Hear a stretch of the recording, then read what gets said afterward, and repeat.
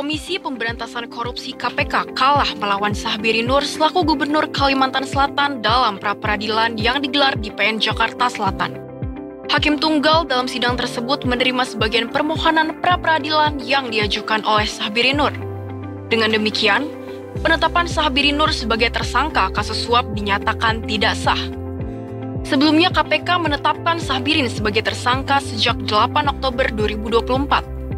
KPK juga sempat menyita uang senilai 13 miliar yang diduga sebagai fee 5% atas pengadaan proyek kawasan olahraga terpadu di Kalimantan Selatan. Selain itu, mereka juga sempat melakukan OTT langsung ke sana. Tetapi usaha tersebut seperti tidak membuahkan hasil. Apakah KPK tidak memiliki kekuatan sebesar dulu dalam mengungkap kasus korupsi? Ikuti diskusinya bersama akademisi hukum Universitas Trisakti Yenti Ganarsih dan Wakil Redaktor Pelaksana Detik News dalam editorial review.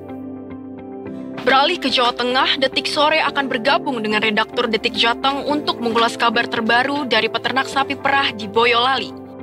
Menteri Pertanian Andi Amran Sulaiman pun sudah mempertemukan perwakilan pihak-pihak terkait dengan masalah tersebut. Mereka sepakat berdamai buntut aksi viral buang susu hasil produksi. Bagaimana kelanjutannya? Ikuti laporan selengkapnya dalam Indonesia Detik ini. Sementara itu, di penghujung acara nanti, Detik Sore akan menghadirkan Chief Digital Officer Investasiku. Kali ini bahasan yang akan didiskusikan adalah investasi berbasis compounding. Bagaimana strateginya? Apa saja keunggulannya? Ikuti analisisnya dalam Sunset Talk jelang matahari terbenam. Setelah ini, mari kita simak pergerakan pasar saham jelang penutupan IHSG sore ini. Lalu mari kita sambut host kita Afif Farhan dan Pocut Kamaral. Detik Sore nggak cuma hore-hore.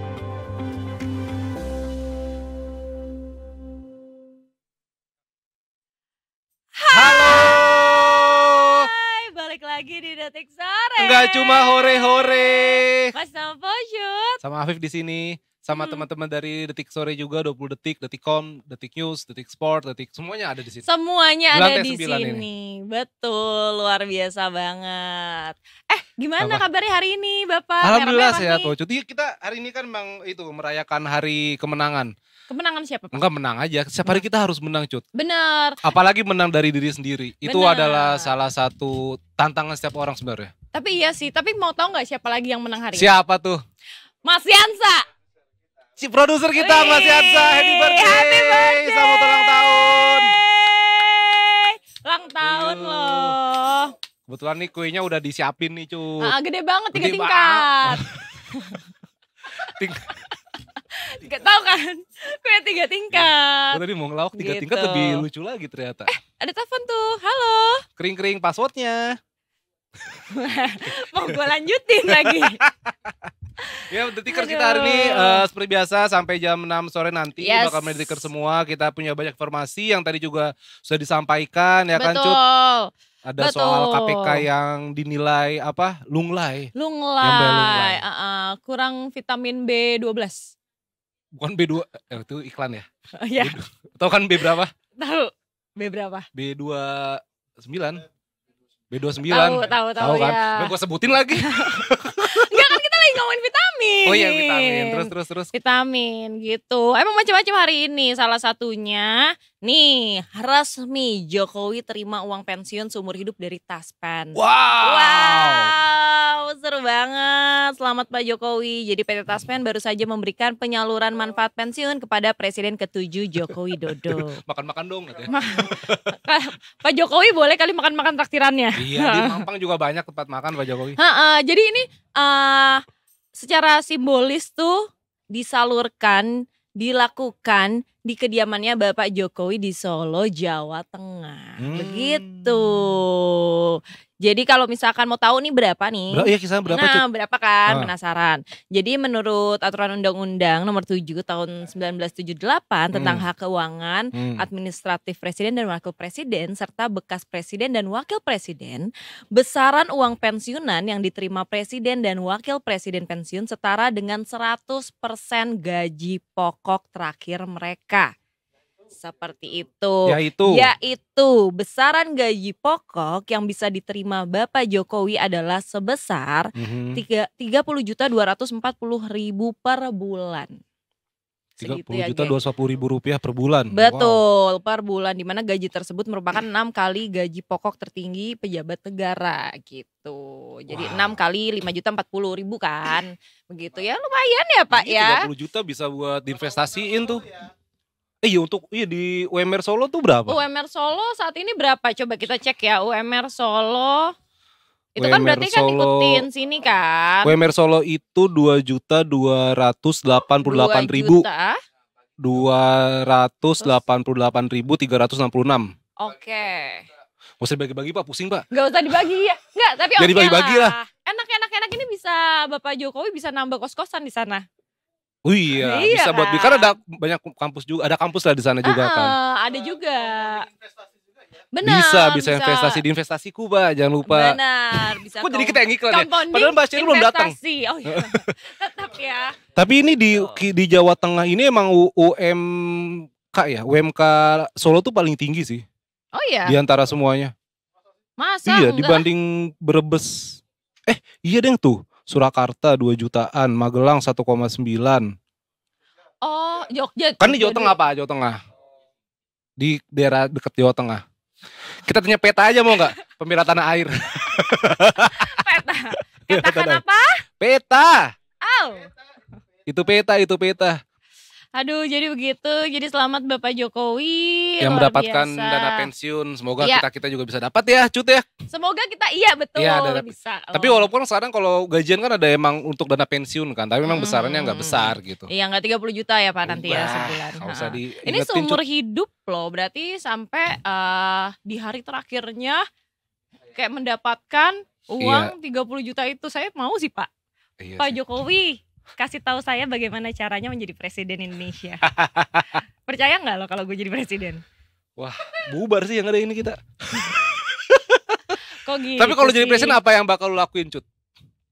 Yang bakalan gue lakuin? Wah gila nih Pocut nih, misalnya presiden RI ke 240-an lah misalnya. Itu tahun berapa tuh? Sekarang aja baru ke 8. Umur saya takut gak nyampe Pak. Apa mau ngapain kalau Pocut jadi presiden? Yang pertama adalah gue kayak, kan gue anaknya feminin banget ya. Gue mau ganti semua yang kerja di situ cewek semua. Lah terus bagaimana hak asasi pria kalau begitu? Nanti ada kantornya sendiri tapi jangan di situ. Oh bukan muhrim berarti pisah-pisahin. Maksudnya itu kan. Gak boleh jadi satu. Terus nanti setiap hari pertama mens ada day off. Cuti. Karena kan sakit. Tapi bukannya beberapa perusahaan udah ada yang memperbolehkan. Ada. Tapi kadang karyawannya tuh kayak takut-takutan ya gak sih? Iya, ragu kan. Karena kayak hari pertama buat cewek tuh yang kayak dikit-dikit iya, moodnya naik turun. Gitu. Ya kan, jadi kayak ya itulah salah satu yang mau saya lakukan ya untuk cewek-cewek di luaran sana gitu. Pilih Pocut Emerald. Salah. Kamaral itu dari karamel. Oh, seriusan? Kamaral. Iya, jadi Kamaral itu kan ada nama bokap gue Kamaral. Nah kenapa dia dikasih nama Kamaral? Karena ibunya suka banget karamel. Mantep banget Pocut emang. Terus habis itu jadinya kayak Kamaral. Masa gak mungkin kan namanya karamel? Iya, sama-sama manis sih, iya Kamaral. Manis kan gue. Manis banget. Ini Pocut beneran mau jadi presiden apa gimana? Ya mau kok kalau ada kesempatannya. Sampai mau. Ada visi misinya lagi. Ada dong. Partai apa Cut? Oh, mending dia bikin partai sendiri. Baru sih. Yoi. Partai, pokoknya partai yang ada yel-yelnya. Partai Gelora Pocut. Ih, keren banget. Partai Gelora Pocut. Partai Menyala Pocut. PMP. Menyala Pocutku. Aduh ada yel-yelnya. Pocut. Au. Lebih cocok buat cheerleader sebenarnya sih. Iya. Ya jadi presiden cheerleader juga gak apa-apa Pak. Gak apa-apa lah. Nanti gue yang paling atas. Yeay. Itu di 17 tingkat ya? Jangan mau kalah sama kuenya Mas Yansa. Maksudnya 3 tingkat kuenya. Terus juga ini ada berita lainnya di Tikers. Ini Mas soal Sritex yang sempat berapa waktu belakangan ini viral kan, buktikan tak ada PHK, Wamenaker bakal cek pabrik Sritex. Jadi Wakil Menteri Ketenagakerjaan Immanuel Ebenezer Gurungan berencana akan mengunjungi pabrik PT Sri Rejeki Isman atau Sritex di Solo, Jawa Tengah. Immanuel mengatakan kunjungannya ke pabrik raksasa tekstil itu dilakukan dalam rangka membuktikan isu bahwa tidak terjadi pemutusan hubungan kerja atau PHK. Immanuel selanjutnya juga mengatakan langkah ini selaras dengan mandat Presiden Prabowo Subianto agar sejumlah kementerian lembaga atau KL melakukan upaya penyelamatan terhadap Sritex. Prabowo telah meminta 4 KL berkoordinasi antara lain Kemnaker, Kementerian Keuangan, Kementerian Perindustrian, dan Kementerian BUMN. Selain Sritex, Immanuel juga memastikan akan melakukan pertolongan atas ancaman PHK terhadap para pekerja dari 2 pabrik tekstil Pekalongan, Jawa Tengah, yakni PT Panamtex dan PT Dupantex yang telah diputus pilot. Masih ngeri sih kalau ya ancaman PHK kan masih di mana-mana kan. Iya sih, tapi ya moga-moga paling kasihan keluarganya, Pak. Kalau PHK, iya kan? Bahkan jangan PHK, sekarang aja nyari kerja susah. Benar. Iya kan? Tapi enggak juga loh, tergantung industrinya. Ya tergantung individunya juga sih. Betul. Karena gue tuh sempat nge-MC di satu acara isinya CEO. Kok CEO? CEO itu? CEO bukan kan CEO kan? Bukan CEO. Pak. CEO gitu. Si event organizer. Terus kita tuh lagi ngebahas tentang kayak Gen Z itu tuh susah banget cari kerja. Tapi sebenarnya di perusahaannya dia bahkan butuh banget orang-orang yang baru gitu. Tapi itu Gen Z itu nggak mau di bidang-bidang tertentu yang kayak nggak sigma banget gitu. Kayak nggak dapet vibes-nya gitu ya. Itu beneran sih. Terus, ya kan? Iya. Kayak nggak mau gitu loh. Jadi sebenarnya bukan lapangan kerjanya sulit, cuman mungkin jadinya kayak apa ya? Orang-orang kayak maunya jadi itu semua gitu ya. Vibes-nya lagi kayak ke jadi ini, jadi itu semua. Jadi kan kayak ya kalau misalnya rame yang apply kan bingung. Iya ya sih. Kan? Padahal sebenarnya tidak akan salahnya mencoba tantangan baru kan. Iya. Nah salah satu yang waktu itu pas gue MC yang paling banget dibutuhin adalah saat ini kayak scriptwriter gitu-gitu, nggak banyak loh, masa gue agak shock. Tapi buat yang kayak industrinya hiburan ya kayak sinetron atau FTV gitu-gitu. Oh bikin itu naskah? Iya. FTV masih banyak gak sih sekarang? Masih ada loh Pak. Emang masih ada FTV ya? Masih ada. Masa nggak ada? Tapi yang nonton tuh mungkin udah kayak ibu-ibu yang stay di rumah atau mbak-mbaknya sambil nyetrika nonton kan. Ya itu tuh kayak masih kok gitu. Nah ini nih menjadi penyebab kayak nih anak-anak muda zaman sekarang gara-gara susah nyari kerja, jadi ini ngutang di pinjol, pay letter. Jadi OJK itu membeberkan alasan anak muda doyan ngutang di pinjol atau pay letter gitu. Jadi karena kayak lifestyle-nya tinggi banget, susah ngikutinnya. Tapi kan tetap harus on dong. Nah anak-anak itu, tapi bener loh, anak-anak itu jadinya pay letter aja deh. Ya tapi mohon maaf pay letternya kayak tasnya yang 20 juta, 30 juta. Itu kan sebenarnya pay letter tuh utang yang tertunda kan? Iya benar. Iya kan? Utang yang tertunda kan? Utang yang tertunda gitu. Jadi kayak aduh sayang banget. Semoga sih anak-anak muda zaman sekarang kayak no pinjol, no pay letter. Kalau misalkan gak mampu, gue diajarinnya gini, kalau misalkan gak mampu beli 10 barang itu berarti gak mampu. Oke. Gitu, jadi konsepnya gitu. Kalau misalkan beli kopi harganya 30.000, duitnya tinggal 200.000, berarti gue nggak mampu belinya. Iya jangan dipaksain. Jangan dipaksain. Karena ini juga data OJK nih sedikit ya. Pengguna pay letter sebagian besar merupakan generasi Z dengan rentang usia 26 sampai 35 tahun. Rinciannya 26,5% pengguna pay letter di rentang usia 18 sampai 25, 43,9% di rentang usia 26 sampai 35 tahun, 21,3% di rentang usia 36 sampai 45, kemudian 7,3% pengguna berusia 46 sampai 55 tahun, serta hanya 1,1% pengguna pay letter berusia di atas 55 tahun. Iya sih. Benar. Dan penggunaannya buat ini gaya hidup ya. Fashion 66%, perlengkapan rumah tangga 52%, elektronik 41%, laptop atau ponsel, dan 35% perawatan tubuh.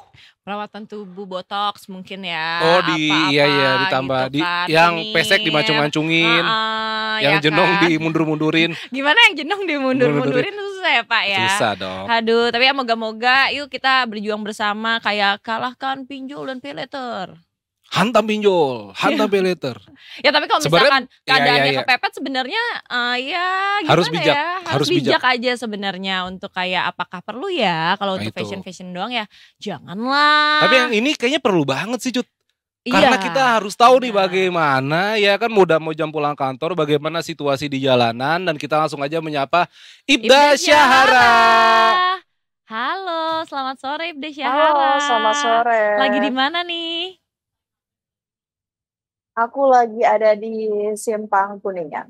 Simpang Kuningan, baik. Gak jauh dari sini. Gak jauh dari sini, betul. Habis ini mampir lah, bisa. Mampir ya, Afif mau Mampir. mampir Ibda Syahara boleh nggak? Lah ke kantor, saya mampir ke jalan berarti. Sampai situ kalian udah selesai. Oh enggak, Ibda enggak. Udah. Katanya udah. Yuk. Aduh, Silakan Ibda Syahara silakan, laporannya. Ibda Syahara. Oke, baik, terima kasih rekan di studio dan selamat sore. Dipikir saya bicara dari TMC Korlantas Polri.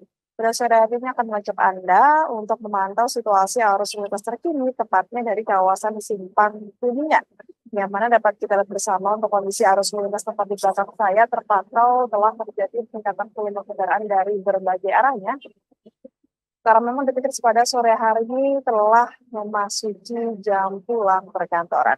Kemudian dipikir untuk arus lalu lintas dari arah Cawang ataupun Pancoran yang akan menuju ke arah Gatot Subroto ataupun Semanggi melalui jalur flyover pada sore hari ini juga terpantau sudah terjadi peningkatan volume kendaraan yang cukup signifikan.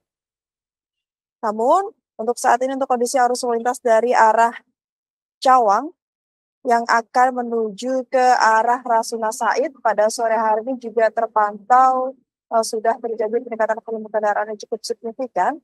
Antrian kendaraan menjelang traffic light dengan antrian sepanjang 250 meter ke belakang, namun selepasnya kendaraan dapat melaju dengan kecepatan normal. Kami menghimbau kepada Anda para pengendara untuk tetap bersabar saat menunggu antrian kendaraan dan tetap menjaga jarak aman kendaraan Anda dengan kendaraan lainnya. Kemudian Detikers untuk arus lalu lintas dari arah sebaliknya, yaitu dari arah Gatot Subroto ataupun Semanggi yang akan menuju ke arah Cawang pada sore hari ini juga terpantau sudah cukup ramai. Namun kecepatan kendaraan di kawasan ini masih dapat ditempuh dengan kecepatan berkisar 20 sampai dengan 30 km per jam. Dan pada sore hari ini di kawasan ini didominasi oleh kendaraan pribadi roda 2 maupun roda 4. Kami menghimbau kepada Anda para pengendara roda 2 untuk selalu menggunakan helm yang berserat SNI. Dan bagi Anda para pengguna jalan roda 4, khususnya bagi Anda yang akan melintasi kawasan ini untuk kembali mengecek nomor kendaraan Anda, mengingat pada hari ini tanggal 13, maka hanya kendaraan berplat nomor ganjil saja yang dapat melintasi sekitaran kawasan ini.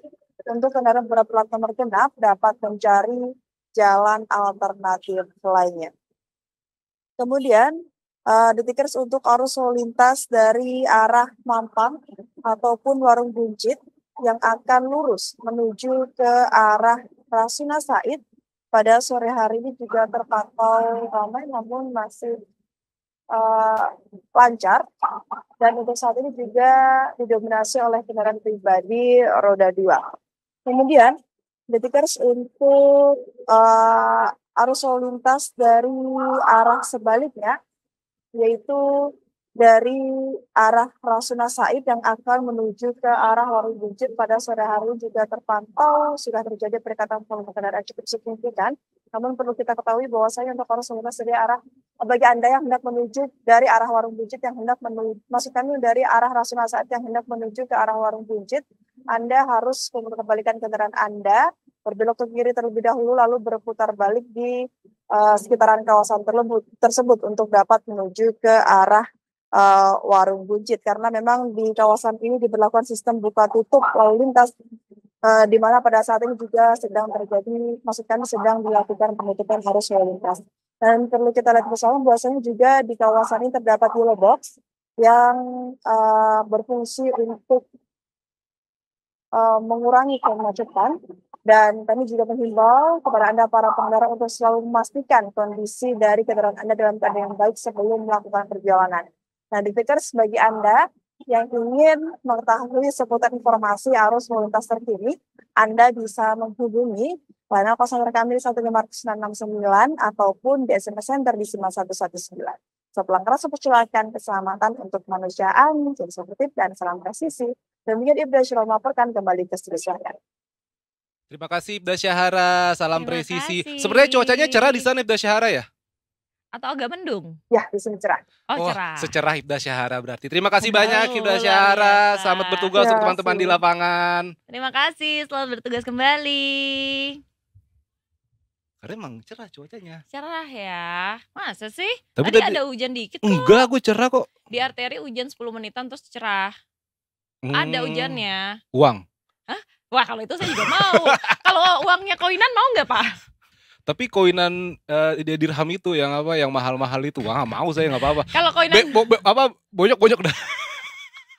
kalau koinannya satu perak mau nggak? Ya mau aja sih, karena kan tidak bakal jadi 100 juta tanpa 1 perak kan. Bener, suka banget. Gue mau ngomong itu maksudnya ngerti ke situ arahnya kan. Iya, bener. Sama nih, kayak apa?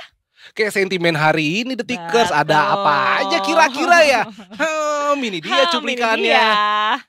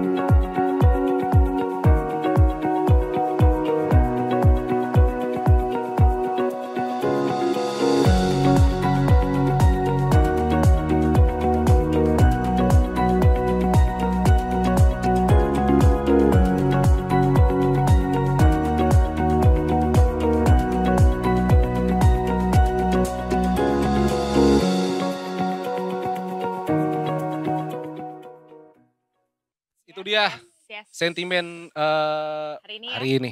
Betul. Dan udah pasti ya kalau udah ngomongin sentimen-sentimen kayak gini, kita nggak sendirian. Bukan sendirian, kalau sendirian mah gue doang. Lu selama ini emang gue dianggap apa Cut? Abis Bapak nggak kelihatan, Pak? Maksudnya gue Jarang. dark Antara system. antara ada dan tiada. Makhluk goib dong. Iya, kita udah ada temannya nih. Siapakah dia?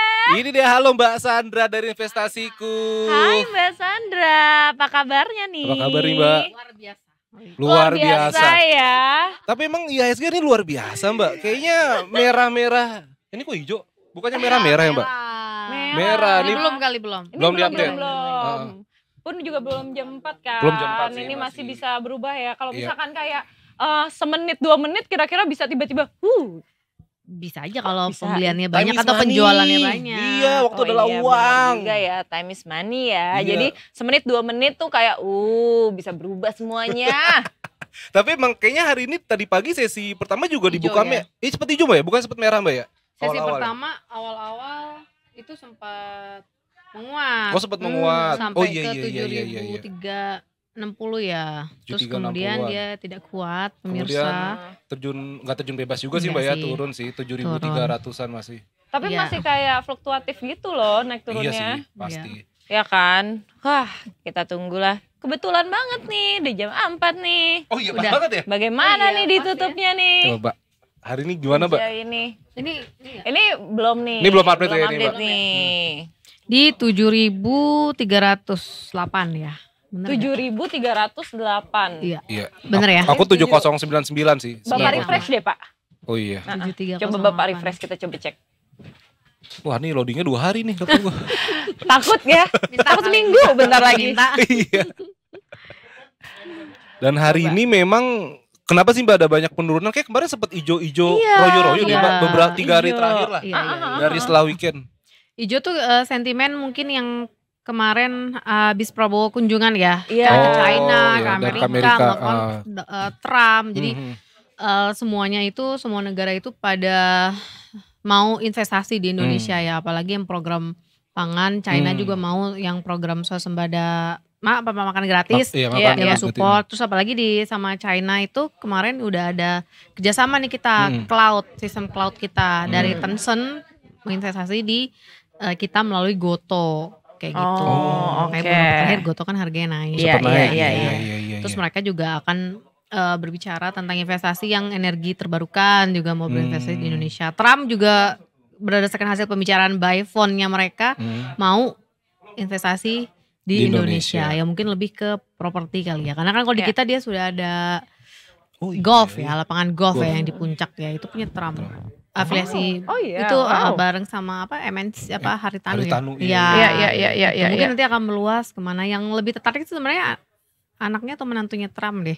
Gitu, dia tertarik investasi di Indonesia, properti, lebih ke properti. I see. Gitu. Intinya beberapa kunjungan kemarin itu membawa angin segar buat kita, karena kan emang presiden kita Pak Prabowo pengen mengejar target PDB yang 8% itu kan, pertumbuhan ekonomi kan. Jadi semua digerakkan. Jadi benar-benar 100 hari, perhitungan 100 hari kerja ini benar-benar Pak Prabowo tuh gencar banget gitu. Fokusnya ya itu yang ada yang swasembada pangan kan, terus yang pertanian yang bakal digalakan biar kita nggak impor terus. Impor beras ya. Terus ekspor kita juga mau lebih digalakkan gitu kan, lebih banyak, kalau bisa lebih banyak ekspor. Dan UMKM juga lebih difokuskan biar kita bisa mencintai produk dalam negeri kita gitu. I see. Dan ada program 3 juta rumah kayak gitu kan. Nah kalau itu semuanya berjalan, terus ekonomi kita bisa 8%, gaji kita bisa naik ya. Yeay, amin. Yeay, itu dia. Wah, ini adalah kabar baik. Kabar baik. Langsung seneng ya. Itu punchline banget Mbak. Oh my god. Kita langsung kayak dari yang kayak oke, mau nanya apa nih, tiba-tiba gaji kita bisa naik. Itu dia. Itu dia yang kita tunggu-tunggu. Iya kan? Atau kok merah loh Mbak. Sejut gak sih? Sejut yuk. Sedih banget ya. Sedih terharu banget ya. Aduh, denger gaji. Tiba-tiba gaji naik. Iya. Asal tadi ekonominya semuanya semua berjalan lancar, membaik. Karena kalau misalnya targetnya yang tadi 3 juta rumah, walaupun subsidi, tapi tetap aja kan jangan sampai ada yang macet. Kalau macet kan berarti dia tidak mampu bayar. Berarti dia ada sesuatu yang terkena akan pendapatannya gitu kan. Kayak berita terakhir kan banyak PHK Gen Z, banyak juga perusahaan besar gulung tikar gitu kan. Nah itu mengantisipasi itu biar roda ekonomi kita berjalan, bisa bertumbuh, jadi semua bisa sejahtera. Amin, gitu. amin. Gaji bisa naik, amin. Lawan pekerjaan juga sekarang kan Pak Prabowo menggalakkan pertanian ya, jadi digaji. Ya kan, kalau misalnya anak-anak muda atau siapa yang mau jadi petani, dia dikasih gaji pokok, baru wacananya begitu. Menarik sih jadi petani. Apa jadi petani? Iya. Mau jadi presiden apa petani sih Cut? Tadi di sini mau jadi presiden. Oh beda-beda ya, labil ya. Sebenarnya jadi apaan aja, yang penting kita bisa koleksi-koleksi yang lagi oke saat ini. Iya. Ini yang oke dikoleksi hari ini apa nih kebetulan, penasaran kan jadinya. Karena kan lagi ada yang bisa nih. Ini kalau kita lihat kan IHSG masih menunggu wait and see-nya dari luar ya. Trump kan lagi belum susun kabinet ya. Jadi kabinet kita belum tahu tuh. Jadi market juga masih wait and see, dan asing juga masih banyak yang keluar nih. Jadi flow-nya itu masih belum yang terlalu kecil, masih banyak flow asing yang keluar dari market kita. Jadi market kita turun, ini juga efek dari Trump kemarin, plus efek dolar juga menguat gitu Dan kalau misalnya udah Trump ini terpilih kan pasti dia lebih mau ekonomi dia Amerika semakin kuat kan. Ya, betul. Kayak gitu. Nah gimana caranya supaya kita gak terlalu berkepanjangan dampaknya, ya makanya Pak Prabowo menggalakkan segala strategi supaya ekonomi kita juga tetap menguat kayak gitu. Nah kalau untuk kita lihat dari sekarang ya IHSG masih tertekan sih, masih outflow asingnya masih banyak ya gitu. Kayaknya untuk sampai akhir minggu ini masih antara sideways atau agak turun gitu. Tapi kalau agak turun ini, tapi nggak, kalau misalnya bagi detikers yang lagi coba memulai investasi saham, it's okay kan Mbak sebenarnya? It's okay, justru ini hunting time. Jadi kita lihat IHSG-nya sampai kapan nih turunnya, selesai mereda. Kalau udah ada tanda-tanda asing udah mulai inflow lagi, masuk lagi, kita boleh deh incer-incer saham perbankan aja atau retail. Keuangan. Iya, keuangan. Keuangan kayak sekarang nih BBRI. Tuh kemarin dia sudah turun banyak ya. Ini kan juga karena sentimen IHSG juga kan. Banyak asing yang keluar juga. Cuman sekarang udah ada arah-arah pembalikan nih. Jadi boleh mungkin dicicil. Cicil dulu masuk. Misalnya mau masuk sekarang biar gak kelupaan atau ketinggalan, boleh. Nanti kalau misalnya dia agak turun lagi, kita baru masuk lagi gitu. Jadi langsung jangan sekali masuk, jangan one shot. Iya benar. Jangan langsung gitu. One shot one kill ntar, di kill beneran lagi. Main lagi tuh siapa sih namanya yang suka ngomong gitu, one shot one kill. Tapi Mbak Sanda, kalau untuk properti gimana sih Mbak di akhir tahun ini? Kayak sempat berapa kali hijau deh Mbak. Properti itu sebenarnya kemarin udah sempat naik ya. Kalau kita lihat secara indeksnya ya, keseluruhan dia tuh dari 2000 pertengahan Agustus itu, Juli deh, let's say Juli, dia tuh udah mulai naik sampai ke Oktober. Nah sekarang tuh lagi masa-masanya sideways. Ini mungkin akan rally lagi, kenceng lagi ketika suku bunga sudah benar-benar turun dan fix lah gitu. Nggak akan ada penurunan lagi. Nah itu dia pasti akan rally gitu. Kalau kayak sekarang kan perumahan, orang-orang masih belum, apalagi ke ekonomi yang sekarang orang-orang nggak belanja pun nggak mau gitu ya. Kemarin sempat deflasi kan, apalagi beli rumah kayak gitu. Mungkin mereka masih nahan uangnya dulu nih sampai benar-benar berjalan lagi, seperti ekonomi udah pulih lagi, baru mereka mau cicil beli rumah gitu. I see. Nah kalau teknologi gimana? Soalnya aku sebagai orang awam ngelihatnya ya, untuk sekarang nih ya Mbak ya, kayak teknologi tuh udah nggak seheboh dulu. Kalau zaman dulu ada yang keluar baru, wih. Iya sih. Wih, gitu loh orang-orang kayak wih. Tapi mungkin karena sekarang banyak ininya banyak, bukan pelaku sih, bukan pemain juga, banyak aktornya gitu. Mungkin kalau dulu kan misalnya HPS nih, wah ini kan dia keluar langsung orang. Tapi kan sekarang ada alternatifnya gitu, HPP, HPO, HPV. Benar, kan? Iya kan bener kan? Dia gitu. Apa itu? Gak cuma kan buah. Iya. Yang kayak gitu kan. Itu ngaruh gak sih Mbak sebenarnya? Itu kalau teknologi itu sebenarnya bukan, itu kan lebih handphone ya. Kalau handphone berarti lebih ke produksi si perusahaannya, memproduksi handphone kayak gitu kan. Kalau teknologi sebenarnya kena dampaknya juga sama kayak properti. Jadi kalau suku bunga turun itu pasti sektor teknologi yang bakal naik. Dan kalau teknologi yang di kita tuh kayak siapa, kayak Goto, Buka, kayak gitu. Tapi kalau yang tadi handphone itu lebih ke si distributor, si yang pemilik usaha distributor handphone atau produsen handphone. Kalau luar negeri mungkin kayak Apple kayak gitu kan. Nah kalau teknologi sendiri itu dari September tuh udah mulai naik nih, udah mulai ini. Tapi belum, masih jauh lah kayaknya kalau teknologi, agak-agak masih 2 tahun lagi, 3 tahun lagi kayak gitu, hype kembali gitu. Kita emang agak ketinggalan kan dari luar ya, ketinggalan 10 tahun. Gitu. Iya benar, karena teknologi itu kan akan selalu dipakai ya gitu. Jadi aku mikirnya kalau misalkan aku lumayan tertarik sama teknologi gara-gara pemikiran itu. Karena kan pasti ke depannya bakal panjang naik gitu loh. Boleh aja sih kalau mau koleksi kayak misalnya Goto gitu ya. Tapi itu harus jangka panjang. Apalagi sekarang kita udah kelihatan kan Goto tuh udah mulai diperbaiki banget kan. Iya gitu setelah kan. kemarin. Setelah kemarin ruginya banyak banget. Terus dia akhirnya keluarin lah Tokopedia, terus udah gitu mulai turun yang tadinya dia Pak Patrick Waluyo-nya mulai jadi direksinya, dia strateginya, visi-visinya dia mulai arahin, terus mulai adanya juga kerjasama dengan China yang gitu kan, memperkuat cloud-nya si Goto. Itu arahnya harusnya ke depan bagus.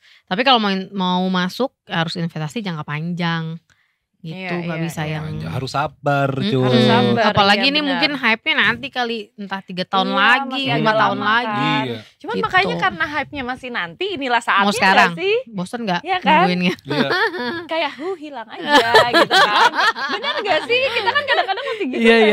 Iya sih. Tapi kalau untuk pemula jangan dulu lah. Pemula coba tetap saham-saham perbankan dulu deh. Kalaupun mau nyicil tiap bulan masih bisa tuh.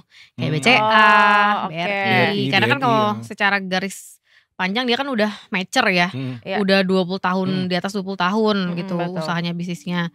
Dan kalau misalnya kita lihat grafik itu dia naik terus kayak gitu. Walaupun turun ya turun karena biasanya ada krisis, ada ekonomi, berita apa, COVID kayak kemarin krisis. Bubble, ada momennya gitu ya, yang ada momennya gitu. Tapi kalau pemula, buat pemula, Mbak memulai dari migas gitu, oke nggak Mbak? Migas itu sebenarnya migas itu kan termasuk agak bisnis yang agak nggak familiar ya. Tapi kalau kalian tahu bisnisnya atau mungkin pernah kerja di perusahaan migas, terus tahu ini prospeknya ke depan nih bagus nih, ya itu nggak apa-apa ya, itu boleh. Kayak Berarti gitu. harus banyak belajar dulu sih, karena kan orang bilang wah nih migas nih paling sumber energi nih pokoknya inilah kenceng-kenceng banget gitu kan. Cuma ya kalau misalnya kita nggak tahu juga bingung sih. Cari yang kita tahu ini kesehatan. Itu juga boleh, kesehatan. Kan penting untuk kita. Iya kan? Karena kan kesehatan pasti orang maupun lagi krisis atau enggak kan rumah sakit tetap beroperasi gitu ya. Iya, kayak aku kepikiran kayak teknologi kesehatan. Apalagi teknologi dicampur kesehatan menjadi satu. Mantap banget. Betul. Bukan di nih. Nanti kalau demam minumnya pil power bank jadinya kan.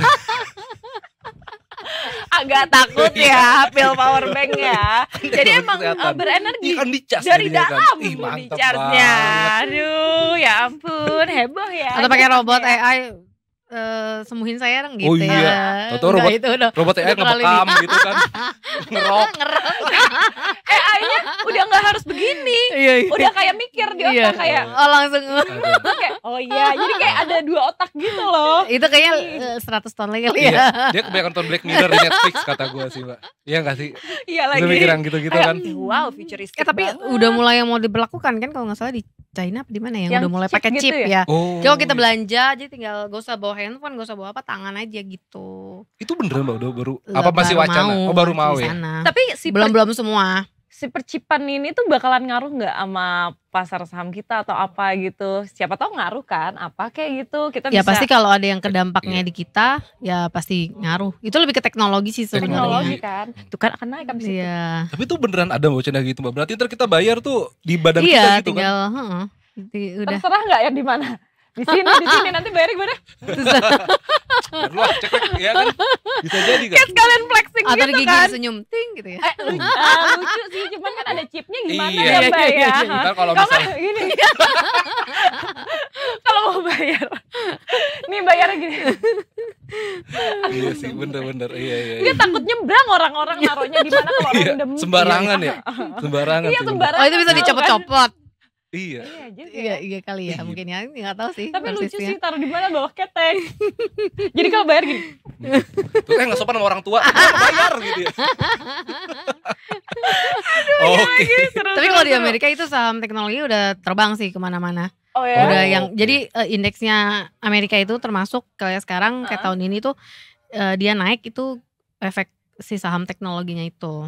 Tapi gitu. Emang udah lebih maju kan dia, terdepan dia mah. Betul. Tapi semoga kita bisa ngikutin ya. Jadi yang punya di pasar teknologi gitu kan, kita bisa kayak akhirnya berlibur gitu. Emang agak fokus juga kan program Pak Prabowo ini ke yang teknologi di kita gitu. Iya. Jadi ada angin segar nggak angin sih? Segar. Dan harus sabar. Kan? Harus sabar, bener. Memang harus sabar. Iya betul. Kuncinya adalah sabar. Kuncinya adalah sabar. Sabar adalah kunci. Betul. Sama kalau mau berinvestasi di mana? Di investasiku. Tentu saja. Tagline-nya dong. For better tomorrow. Itu dia yang kita jadi nggak bisa nggak cuma hanya bisa beli saham. Obligasi bisa, reksadana bisa, obligasi tapi baru obligasi pemerintah ya. Jadi kalau di sini yang masih takut-takut saham, terus saya pengennya kayak deposito aja deh, yang tiap 3 bulan sekali dapat bunga kupon, nah itu boleh di obligasi. Oh gitu. Jadi pilihannya juga ada ya di investasiku ya. Kalau mau investasi tutup mata, nggak mau males nyari tahu tentang berita ekonomi apa bla bla bla. Pengennya diem aja tiap bulan nyisihin bisa di reksadana gitu. Bagi yang kaum malas ya, kalau malas pikir. Kaum berbahan. Aku sih kalau bisa semuanya tapi tahu investor. Itu dia. Kan kemarin itu PR-nya. PR-nya itu harus mencari investor untuk menginvestasikan diri sendiri. Oh iya betul. Itu kan enak kan? Benar-benar enak kita. Ya kan Mbak? Financial freedom dong abis itu ya. Bener. Freedom beneran Mbak, merdeka dia. Itu kelebihannya wanita. Iyalah, kelebihannya wanita. Makasih ya Mbak. Gitu. Oke, gue digebukin. Sip. Aku menyerah. Siap ya, terima kasih banyak Mbak Sandra informasinya. Mbak Sandra nama panjangnya siapa tadi? Mbak Sandra Bulog. Pakai G Tapi Bulog. pakai G Bulog. Kata pojok gitu Mbak, Bulog. Beras dong jadinya. Enggak, Afif nih yang ngomong. Laki-laki yang selalu salah. Aduh, terima kasih. Terima kasih ya Mbak Sandra ya, luar biasa ngobrol-ngobrolnya hari ini. Menyenangkan nih sekali. Oke. Nanti abis ini kita mau bahas itu yang KPK Lunglai. Oh iya, abis juga ini seru nih. Iya. Coba kita harus break dulu, kita harus persiapkan karena ini adalah masa depan negara. Betul. Bangsa ini. Berikan aku 10 pemuda, aku akan bikin tim sepak bola. 11. Oh iya 11. Aku ya oke. Aduh kayaknya butuh break ya kalau gitu. Kita tunggu ya nanti karena pembicaraannya bakalan seru banget tentang KPK. Jadi jangan kemana-mana, tetap di Detik Sore. Gak cuma hore-hore. Ciu-ciu.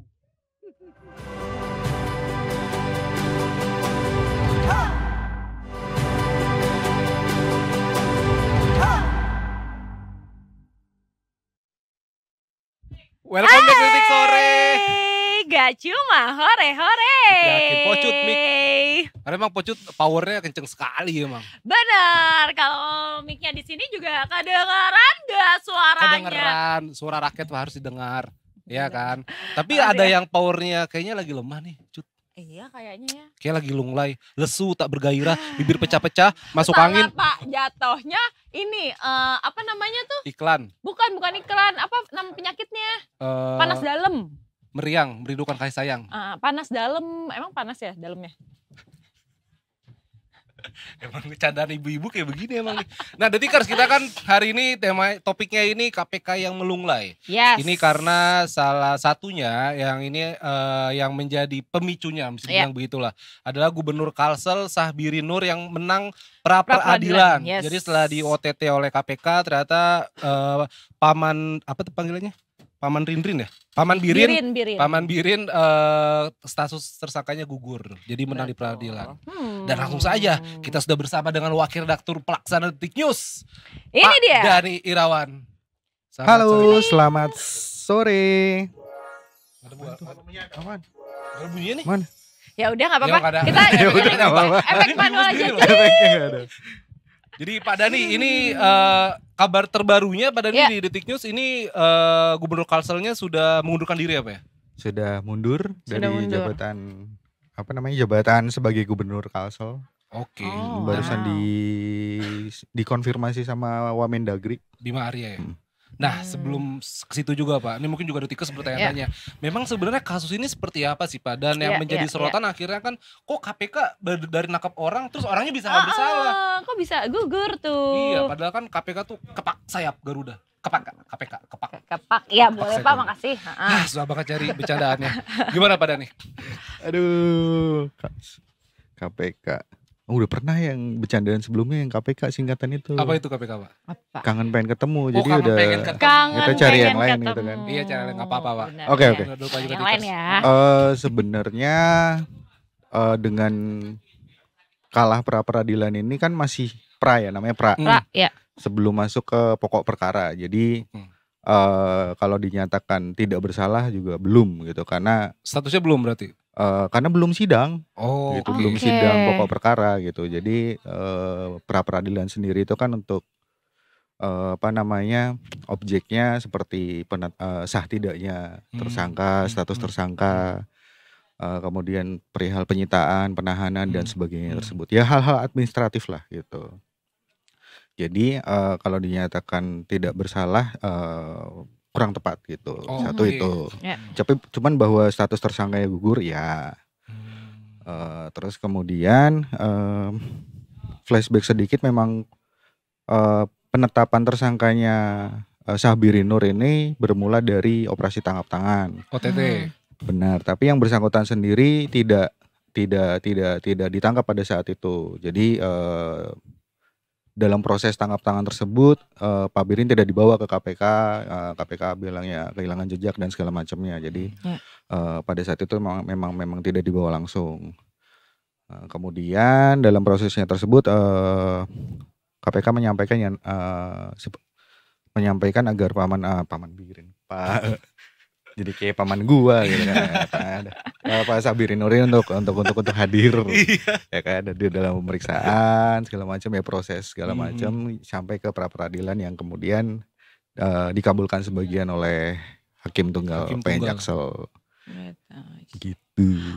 Gitu. Tapi sebenarnya yang jadi pertanyaan tuh ya, kalau aku tuh lebih ke selicin apa sih Pak Syahbirin ini? Soalnya kan di OTT nggak kena, munculnya lagi dicari tuh di pas menang di pra peradilan tuh baru kayak ting ada celing gitu, ting. Coba. Nggak tahu juga selicin apa, nggak pakai baby oil ya, malah dia. Ini isu lain. Pemain bola ada Pak Traore pakai baby oil kalau lari. Ada pemain bola. Jadi biar dia nggak ditangkap sama lawannya. Bener ada. Di Liga Inggris beneran ada bola itu. Kayak belut. Iya, jadi kayak belut gitu. Ya kita nggak tahu paman siapa nanti namanya? Paman Birin. Iya. Aku lupa maaf ya paman. Berarti nggak tahu pas Cina apa nih Pak? Zaman lu paman Gembul. Bener. Oh, iya, paman bener. Enggak tahu. Oh, zamannya dia Pak, paman Gober. Oh iya, paman Gober. Iya kan? Iya. Yang duitnya banyak tuh. Iya benar, yang Pelita Jaya. Iya kan? Pelita Jaya, iya. Iya kan? Iya. Aduh, tapi kalau langkah KPK selanjutnya setelah kalah di pra peradilan ini sejauh ini apa nih? Sebenarnya bisa ditetapin tersangka lagi gitu, karena yang dinyatakan tidak sah kan itu kan sprindiknya, surat perintah penyidikannya ya. Kayak yang tadi saya sampaikan, hal-hal administratif gitu. Dalam beberapa kasus memang KPK bukan hanya kali ini saja yang kalah dalam pra peradilan yang kemudian ditetapkan tersangka lagi orangnya gitu. Di case yang ini, kalau yang saya ada beberapa pertimbangan hakim, sambil nyontek soalnya nggak apal. Nggak apa-apa. Silakan, ini urusan negara loh, ini jangan main-main, jangan bercanda cut. Yang bercanda dan dia. Gimana Pak? Jadi yang kalau menurut Hakim Tunggal PN Jaksel itu menyatakan bahwa KPK tuh tidak pernah melakukan pemanggilan secara sah dan resmi terhadap si Syahbiri Nur. Di otak gue paman Birin. Iya, paman Birin juga. Karena lebih memang catchy, itu kan nama paman Birin gitu. Nama panggungnya kan. Iya, paman Birin. Iya gitu. Uncle Birin. Iya, benar. Ya, salah satunya adalah tersebut. Jadi langkah kedepannya dan KPK juga didorong untuk memproses lagi sebenarnya. Gitu. Karena ada tersangka-tersangka yang lain yang sudah maksudnya di dalam kasusnya ini sendiri gitu. Ini berapa banyak sih Pak duitnya yang di OTT ini? Dan proyek apa gitu? Nggak bisa lagi. Pas banget fotonya lagi. Diklik. Masalahnya lagi dipencet, nggak bisa diklik. Terus fotonya. Kalau di konferensi pers KPK di awal Oktober tuh disebutin terkait proyek-proyek Dinas PUPR, dan terus ada fee. Ada fee-nya, ada duit untuk menyuap agar proyeknya lancar seperti itu. Di sini paman Birin. Iya, nggak apa paman Birin Pak. Karena itu emang nama panggungnya. Uncle. Yes, Uncle. Oke ya. Paman Birin emang kan. Oke. Oh ini gua buka juga di Detik News, KPK menyita total 13 miliar ternyata. Wow. Oke. Tapi dari 5%. 5% dari semua nilai proyek. Ya kan, duitnya emang gitu. Berarti ujung. Ya bercanda cut, ini negara loh dipertaruhkan. Oke, kita juga punya satu narasumber lagi, Detikers. Kita sudah terhubung dengan Ibu Yenti Ganarsi, akademisi hukum Universitas Trisakti. Selamat sore. Selamat sore Ibu. Selamat sore. Sore. Selamat sore. Selamat sore, gimana? Iya Bu. Harus bicara apa? Udah kayak doorstop aja kita ini. Kayak langsung ya Zat.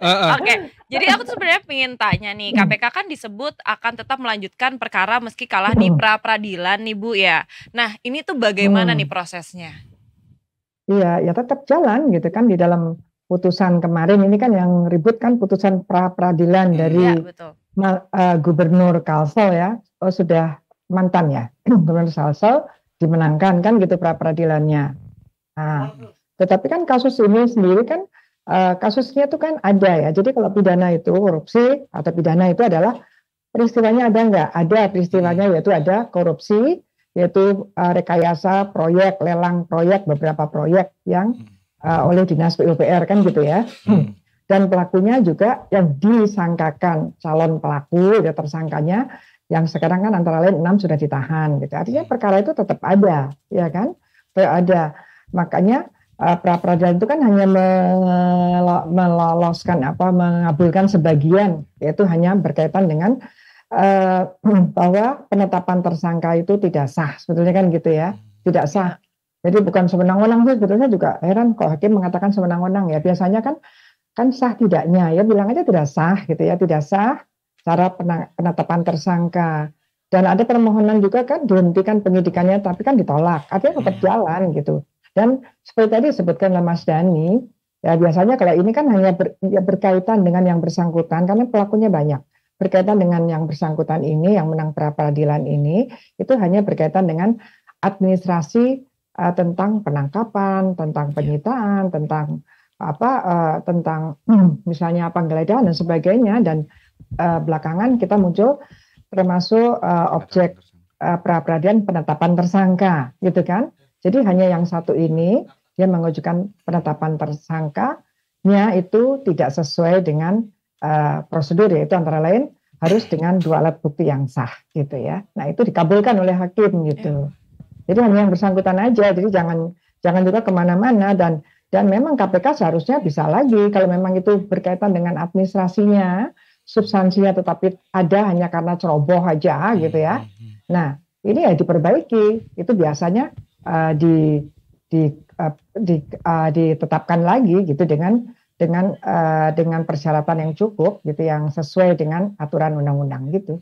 Tapi Bu pada akhirnya kan kemudian banyak masyarakat melihat apakah ini tanda-tanda KPK melemah begitu Bu. Bahkan ex-penyidik KPK juga bilang gugurnya status tersangka Paman Birin ini walaupun pra-peradilan ya, itu merupakan tamparan keras ke KPK. Bagaimana pandangan Ibu? Iya, ya sebenarnya KPK ya walaupun sudah beberapa kali juga kan kemudian diajukan, tapi kan ini kan banyak kejanggalan ya, menurut saya memang tamparan keras yang harus ditampar lagi. Ya kan, karena kan sejak awal tuh kan tanggal 7 Oktober 6 orang itu kan ya yang OTT gitu kan, dan yang disangkakan atau yang disangkakan untuk untuk Gubernur Kalsel ini 1M lewat perantaranya udah ditangkap gitu ya, kan belum sampai pada yang bersangkutan gitu kan.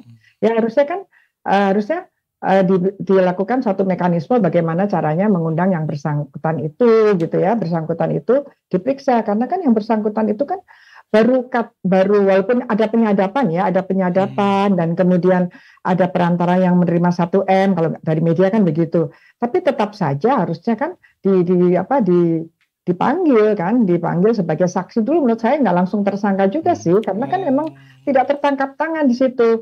Karena tidak ada gitu, satu itu kemungkinannya nanti bisa kita bahas gitu ya. Tapi kan tidak sulit dipanggil pertama nggak datang, kedua nggak datang langsung tangkap kan gitu ya. Kalau memang sudah kuat karena berenam itu sudah ditangkap dan kemudian sudah ada penyadapan, sudah ada percakapan, karena OTT itu pasti ada percakapan, ada penyadapan walaupun tadinya adalah laporan, tapi udah diikuti dengan penyadapan dan sebagainya gitu ya. Ini juga karena kan masyarakat kan senangnya ada OTT. KPK sudah 8 bulan nggak OTT sama sekali, tidak bahas seperti ini gitu kan ya.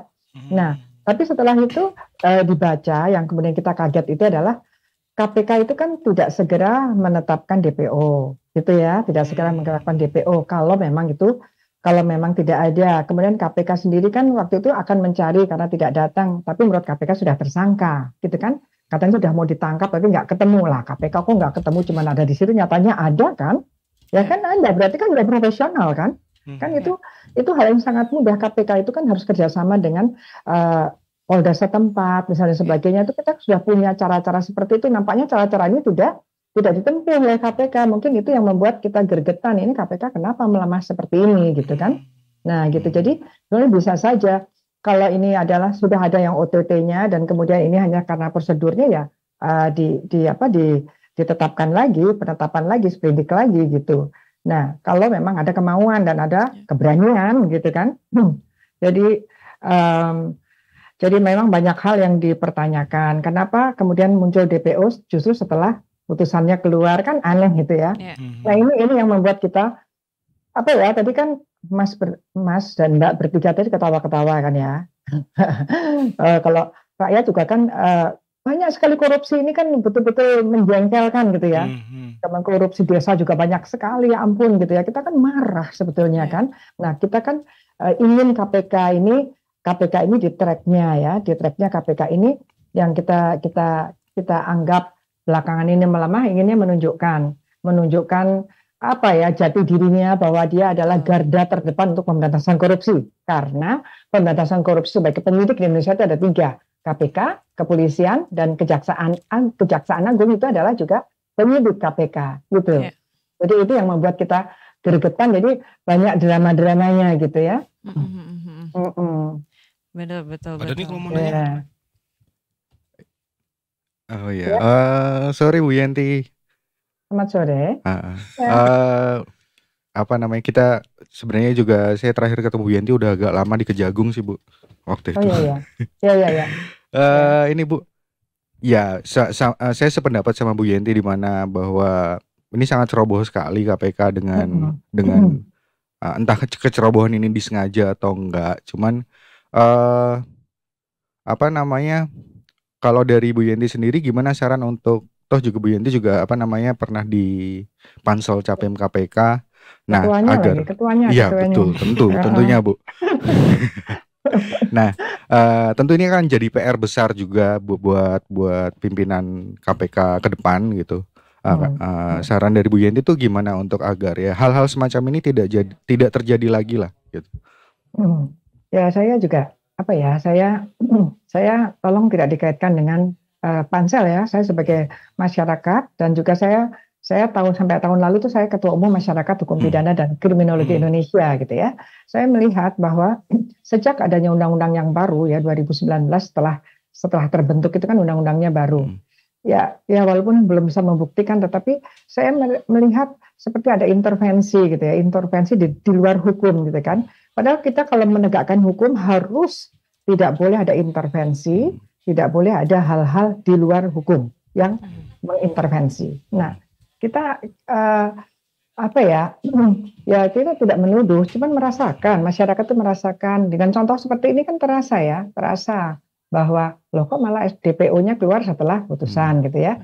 Ternyata yang bersangkutan juga ada di Kalsel. Kenapa kok malah kok katanya tidak diketemukan, tidak ada, kok seperti anak kecil aja cari-carinya gitu. Ini sebenarnya mana yang benar gitu ya. Artinya kalau memang dia yakin dan akan menangkap ya tangkap, pastinya bisa. Ya kan kita ini kan tidak seheboh Gubernur Papua ya, Pak NMB dulu ya.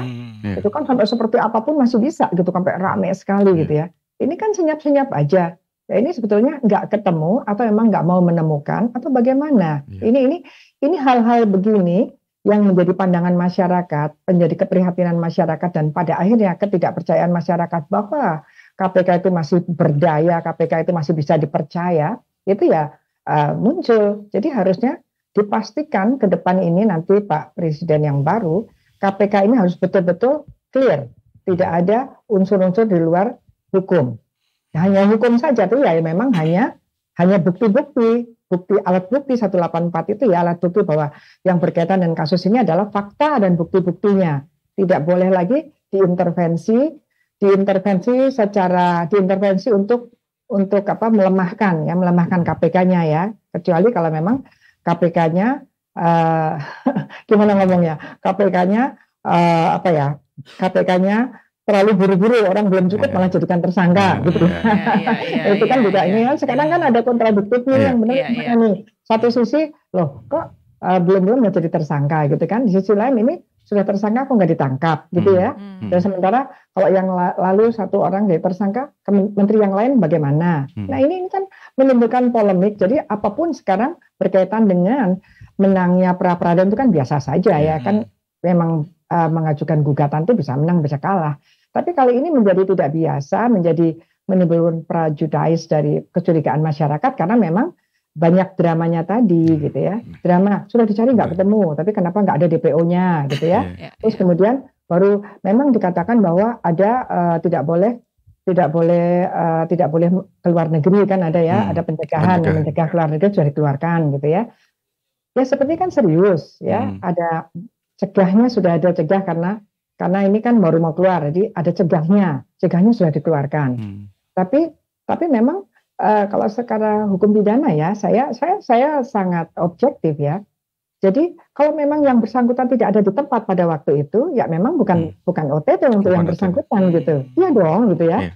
Dan kalau memang yang baru nerima itu perantaranya, tunggu sampai dengan perantaranya itu memberikan. Kalau memang dia mau hati-hati dan memang strategis ya, gitu loh. Tidak boleh emosional gitu. Kalau memang sudah yakin bahwa ini akan itu, tunggu saja, tunggu sampai dengan betul-betul dari perantara itu berselahkan, kan sudah disadap semua.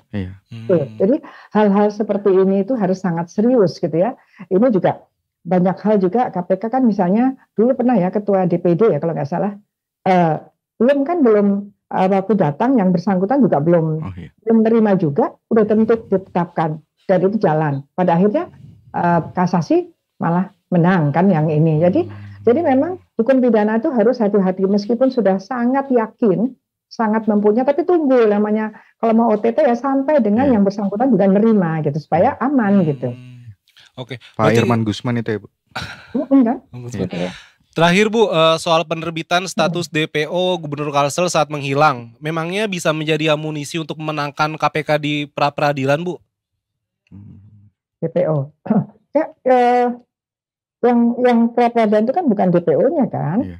Antara lain bahwa sekarang yang gini, sekarang kan nggak mungkin DPO lagi kan. Sudah ini kan pasti dengan sendirinya gugur DPO-nya kan. Tapi sekarang itu adalah untuk menetapkan tersangka lagi yaitu dengan 2 alat bukti tadi ya. Alat bukti harusnya kan mereka kan sudah ada saksi ya, saksi kan, mudah-mudahan mereka jadi saksi mahkota ini yang 6 tuh ya, memberikan kesaksian pada temannya gitu ya, misalnya gitu. Kemudian tentu punya alat bukti lain. Ini yang kita tunggu dari KPK. KPK harusnya minimal punya 2 alat bukti. Kan adakah alur komunikasi di antara KPK kemudian penghubung kan ada penghubung tuh yang dari sosial Islam agama itu ya, ada penghubung. Kan ada itu, harus ada itu kan ada pembicaraan itu penghubungnya itu kemudian ada saksi dan kemudian ada bukti-bukti lain itu kan sudah cukup. Hanya memang menurut saya kemungkinan kalau sesuai dengan apa yang disampaikan prosesnya begini bahwa awalnya proses rekayasa lelang proyek kemudian ada 2,5% untuk ini 5% untuk Gubernur Kalsel gitu kan. Kalau itu memang hati-hati, kalau ini memang ada dan itu sangat kuat dan kemudian mengikuti prosedur, harusnya nggak terjadi seperti ini, gitu. I see, baik. Siap. Ya, semoga ya. Tertampar ya. Iya Bu, aduh. Emang harus ditampar sih. Emang harus ditampar. Lebih ke semuanya juga harus ikutan loh, bukan tertampar jadinya. Ini kayak sesuatu yang serius loh soalnya. I see. Harus serius lah, korupsi di Indonesia luar biasa. Dan KPK sudah sangat banyak yang mencerca gitu ya. Malah komisionernya minta mundur waktunya gitu kan, banyak masalah gitu ya. Terus yang disalahkan ketua panselnya ya enggak lah ya. Kan setelah di sana banyak hal yang mempengaruhi mereka termasuk undang-undang dan walaupun itu hanya dugaan, kelihatannya terasa bahwa ada intervensi gitu, intervensi untuk melanjutkan atau intervensi untuk jangan gitu ya, untuk atau mempercepat atau memperlambat ini yang kebaca ya ini. Prabowo, Pak Presiden harus menghilangkan ini semua sesuai dengan janjinya berantas korupsi dan tidak ada yang kebal dengan hukum. Betul. Siap, gitu. Baik. Terima kasih banyak Bu Yenti informasinya. Serasa kuliah kita emang nih. Benar luar biasa. Serasa 2 SKS nih. Terima kasih banyak. Terima kasih banyak Ibu. Terima kasih atas waktunya. Selamat sore. Selamat sore Ibu. Sehat selalu. Oke, baiklah. Kita ke Edo dulu nih. Kita ke Edo dulu ya. Ini KPK udah nih. Iya oke. Padahal ini tunggu bentar ya Pak ya. Kasihan Edo kedinginan di sana. Kita ada live report Edo dari Baku, Azerbaijan. Sudah membeku juga dia. Hai. Halo Edo. Belum. Kok gak sabar banget sih halonya? Iya kan maksudnya mau nyapa temen kita gitu loh. Karena ada oleh-oleh ya kan. Tapi balik lagi KPK nih. Pada nih gue sebagai masyarakat biasa ya Pak. Melihat belakangan ini curhat gue pribadi ya Pak ya. Di sosmed tuh kayaknya yang sering banget nangkep tuh Kejagung gitu. Ini KPK kemana nih? Kok tiba-tiba kayak hilang aja begitu? Mungkin Pak ya. Karena memang kan beberapa bulan terakhir kan bisa dilihat beritanya tuh Kejagung tangkap. Iya, betul, KPK kemana gitu? Apa pendapat Pak Dani soal ini Pak? KPK sendiri memang yang tampak di publik adalah yaitu tadi OTT. Sedangkan apa yang disampaikan terakhir bahwa gue lupa deh siapa yang ngomong. Tapi orang KPK. Mereka pengen membangun kasus tuh dari awal, case building gitu. Jadi dari penyelidikan. Memang dari penyelidikan terus penyidikan dan segala macam. Tapi memang untuk OTT memang seperti kata Bu Yenti tadi, memang sebenarnya cara yang paling mudah gitu. Karena bukti udah ada segala macam. Jadi prosesnya tuh memang cepat gitu. Proses yang cepat, nama yang ditangkap itu nama tenar, otomatis exposure-nya akan lebih tinggi. Besar gitu. Betul, setuju. Nah, terus kemudian sekarang Kejagung memang lebih gencar lagi, apalagi juga Kejagung juga sebenarnya kemarin bukan menangkap tapi proses yang sama, case building gitu. Cuman karena nama yang muncul nama-nama besar, nama tenar, angka kerugian dan segala macamnya fantastis gitu kan. Jadi exposure-nya juga lebih gitu. Ini lagi-lagi saya lihatnya dari kacamata kacamata publik gitu, ngelihatnya kenapa yang ini lebih yang ini kok enggak dan segala macam gitu. Jadi ya benar sih kata Bu Yenti, kurangin drama gitu. Dikerja aja lu gitu kan. Gitu aja sih. Iya. Agak sinetron ya. Iya. Benar-benar. Kayak drama. Ada ininya. Sesi-sesinya banyak kan kayak yang nomor 1, 2, 3 Iya, gitu, kayak Cinta panjang. Fitri maksudnya. Benar. Aduh. Ada sesi 1 sampai 13. Benar. Ada satu lagi yang lebih panjang lagi kan? Apanya? Masa gak tahu? Apa? Yang satu kalimat. Itu yang ada topinya. Handsome wolf. Udah kita sapa Edo aja yuk. Sampai Edo ya nih. Edo udah kedinginan. Kita lanjutin. Hai Edo. Hai guys. Hey. Itu lagi di itu di Transmart Snow World ya? Trans Snow World bukan? Bukan. Putih-putih sih. Bukan. Iya kayak salju. Tapi seru banget. Ini karpet guys, ini karpet. Jadi gue lagi ada di depan plenary hall-nya Baku Stadium. Nah, ini lagi banyak banget media-media di sini. Di sebelah sana ada media. Edo, sorry, boleh maju dikit nggak biar muka gantengnya kelihatan? Iya, ini dia. Ini dia yang betul-betul. Jadi ada acara apa nih di Azerbaijan sih? Ada acara apa? Ada acara apa di sana? Oh iya, pura-pura nggak tahu deh.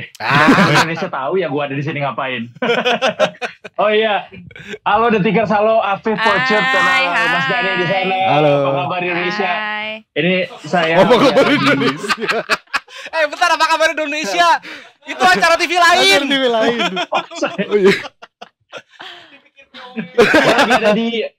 Gue lagi ada di Baku Stadium di Azerbaijan. Itu negara Kaukasia yang letaknya perbatasan antara Eropa dan juga Asia. Jadi di sini tuh lagi ada konferensi iklim paling penting di dunia, yaitu COP atau COP29 atau yang sudah ke-29 kalinya nih diadain. Dan Indonesia sebagai salah satu negara yang juga ikut turut serta menjadi bagian dari parties atau kelompok yang ada dalam bagian ini, itu juga ikut ambil bagian. Nah, dalam 3 hari terakhir kita tuh udah ikutin juga segala kegiatan dari teman-teman dari delegasi Indonesia untuk memberikan apa yang bisa diberikan Indonesia untuk bisa mengurangi yang namanya pemanasan global. Kayak Pocut, Afif, dan Mas Dhani tahu pasti ini berasa kan kalau pemanasan global tuh makin kesini makin nyata kerasanya. Betul, kayak yang biasanya kita tuh belum musim hujan misalnya atau belum musim badai terus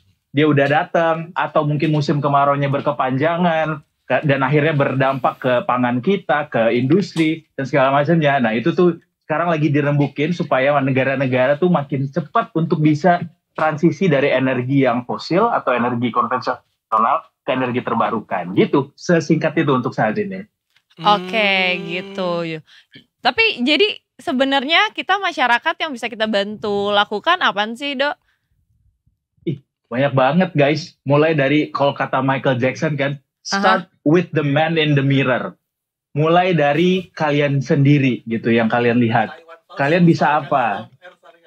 Kalian bisa pakai public transportation, bisa bahkan kemarin gue sempat ketemu sama salah satu delegasi dari Amerika. Dia bilang dia mewakili NGO untuk vegan. Jadi dia bilang long story short, dia bilang intinya adalah salah satu cara dari manusia yang bisa dilakukan adalah mengurangi yang namanya konsumsi daging begitu. Kenapa daging? Karena proses untuk menghasilkan makanan-makanan yang dari olahan daging ini itu tuh membutuhkan banyak sekali energi dan juga menghasilkan banyak emisi karbon pada akhirnya. To long story short, dan akhirnya kesimpulan dari mereka salah satunya adalah mengurangi yang namanya konsumsi daging menjadi seorang vegan. Itu salah satunya yang bisa dilakukan. Gitu. I see, itu salah satu yang bisa dilakukan. Kalau misalnya dia suka banget makan daging gimana? Dikurangin kali ya. Dikurangin ya. Sama kayak transisi sama kayak energi yang kita pakai sekarang juga kan, kita tuh sekarang lagi lebih banyak pakai energi fosil atau energi konvensional. Nah, supaya kita bisa bantu supaya bumi itu nggak makin hangat, nggak makin panas, salah satunya adalah cara pemerintah Indonesia yang dilakukan adalah mengurangi namanya penggunaan energi fosil atau konvensional. Makanya, tapi kita nggak bisa serta-merta langsung ganti semuanya ke energi baru, alias bertahap gitu, transisi. Makanya sekarang makin ke sini sampai nanti ke tahun-tahun selanjutnya, itu Indonesia akan lebih banyak menggunakan energi bersih atau energi terbarukan supaya tidak menghasilkan lebih banyak emisi karbon. Kayak gitu. Kemarin itu juga udah disampaikan sama Pak Hasyim Joyo Hadikusumo, selaku Ketua Delegasi Indonesia di COP29. Jadi katanya Indonesia akan terus mendukung supaya aksi melawan perubahan iklim ini bisa dilakukan gitu, dan juga Indonesia juga akan memastikan kalau yang namanya transisi energi ini juga akan dibarengi sama yang namanya pertumbuhan ekonomi yang berkelanjutan dan juga inklusif, alias tidak ada orang yang ditinggalkan di belakang, no one left behind gitu. Oke, berarti kalau begitu Dok, pintarnya kayak gitu. Iya, nggak usah sombong. Iya, paham. Aura sombongnya naik dia nih. Jujur. Tapi ini tuh sebenarnya dijelasin nggak, dijembrengin nggak caranya? Itu tuh apa aja gitu sebenarnya yang kayak per detail banget gitu.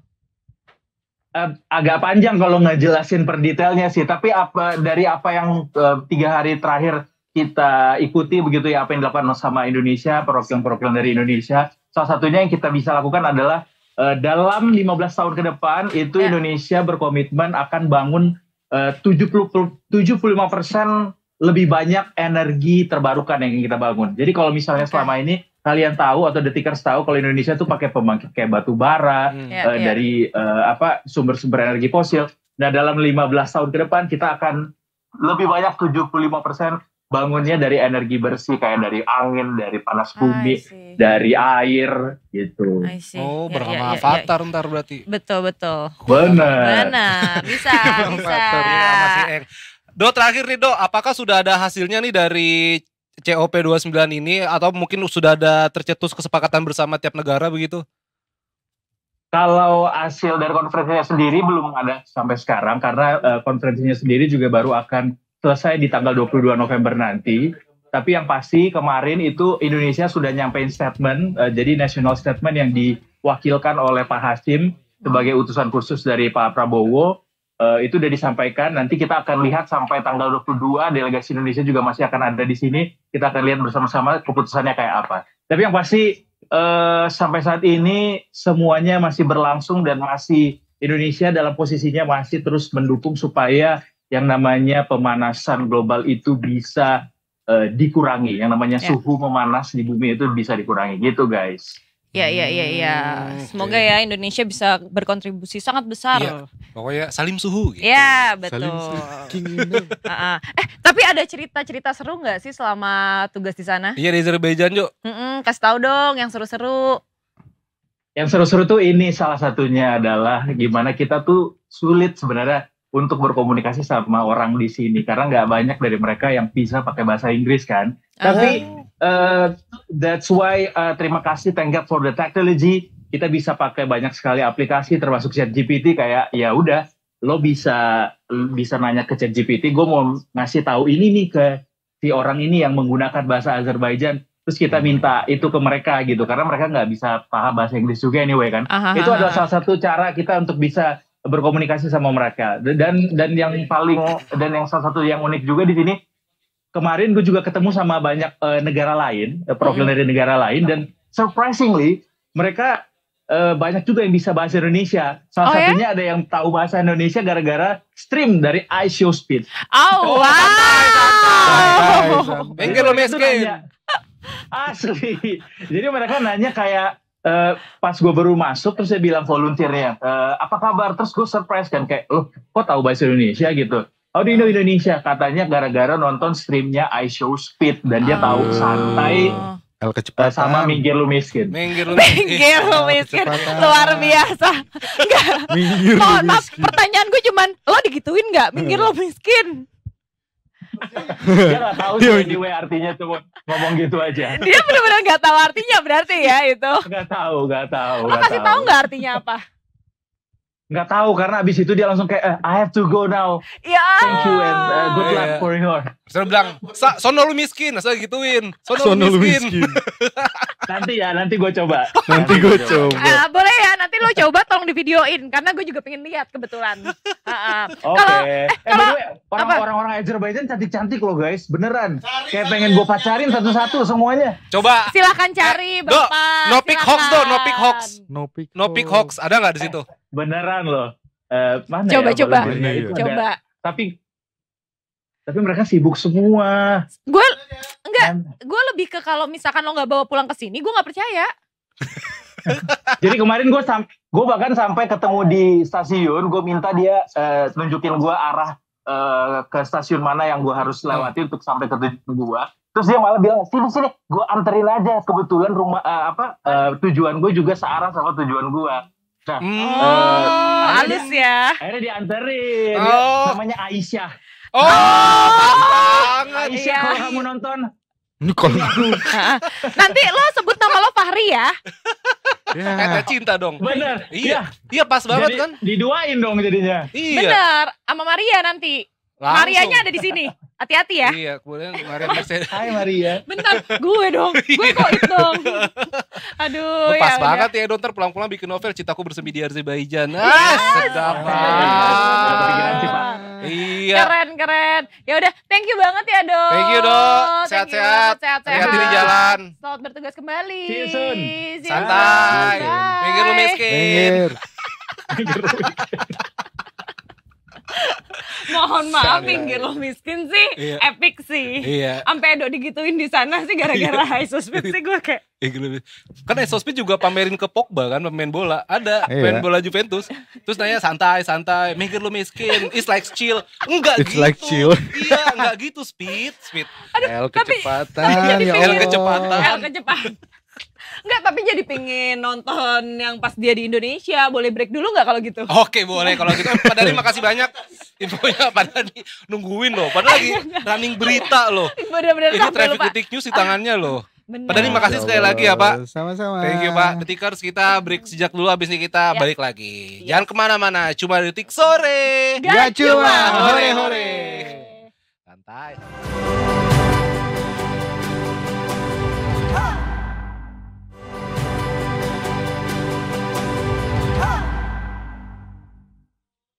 Yeay, kembali lagi di Detik Sore. Enggak cuma hore-hore. Yeay. Aduh. Kenapa, Pak? Pindah klub yuk. Mana matinya, Cut? Gitu, Pak. Bukan dipencet ya? Nah, itu. Iya. Dia diturunin mixernya. Oke, nah sekarang kita udah balik lagi.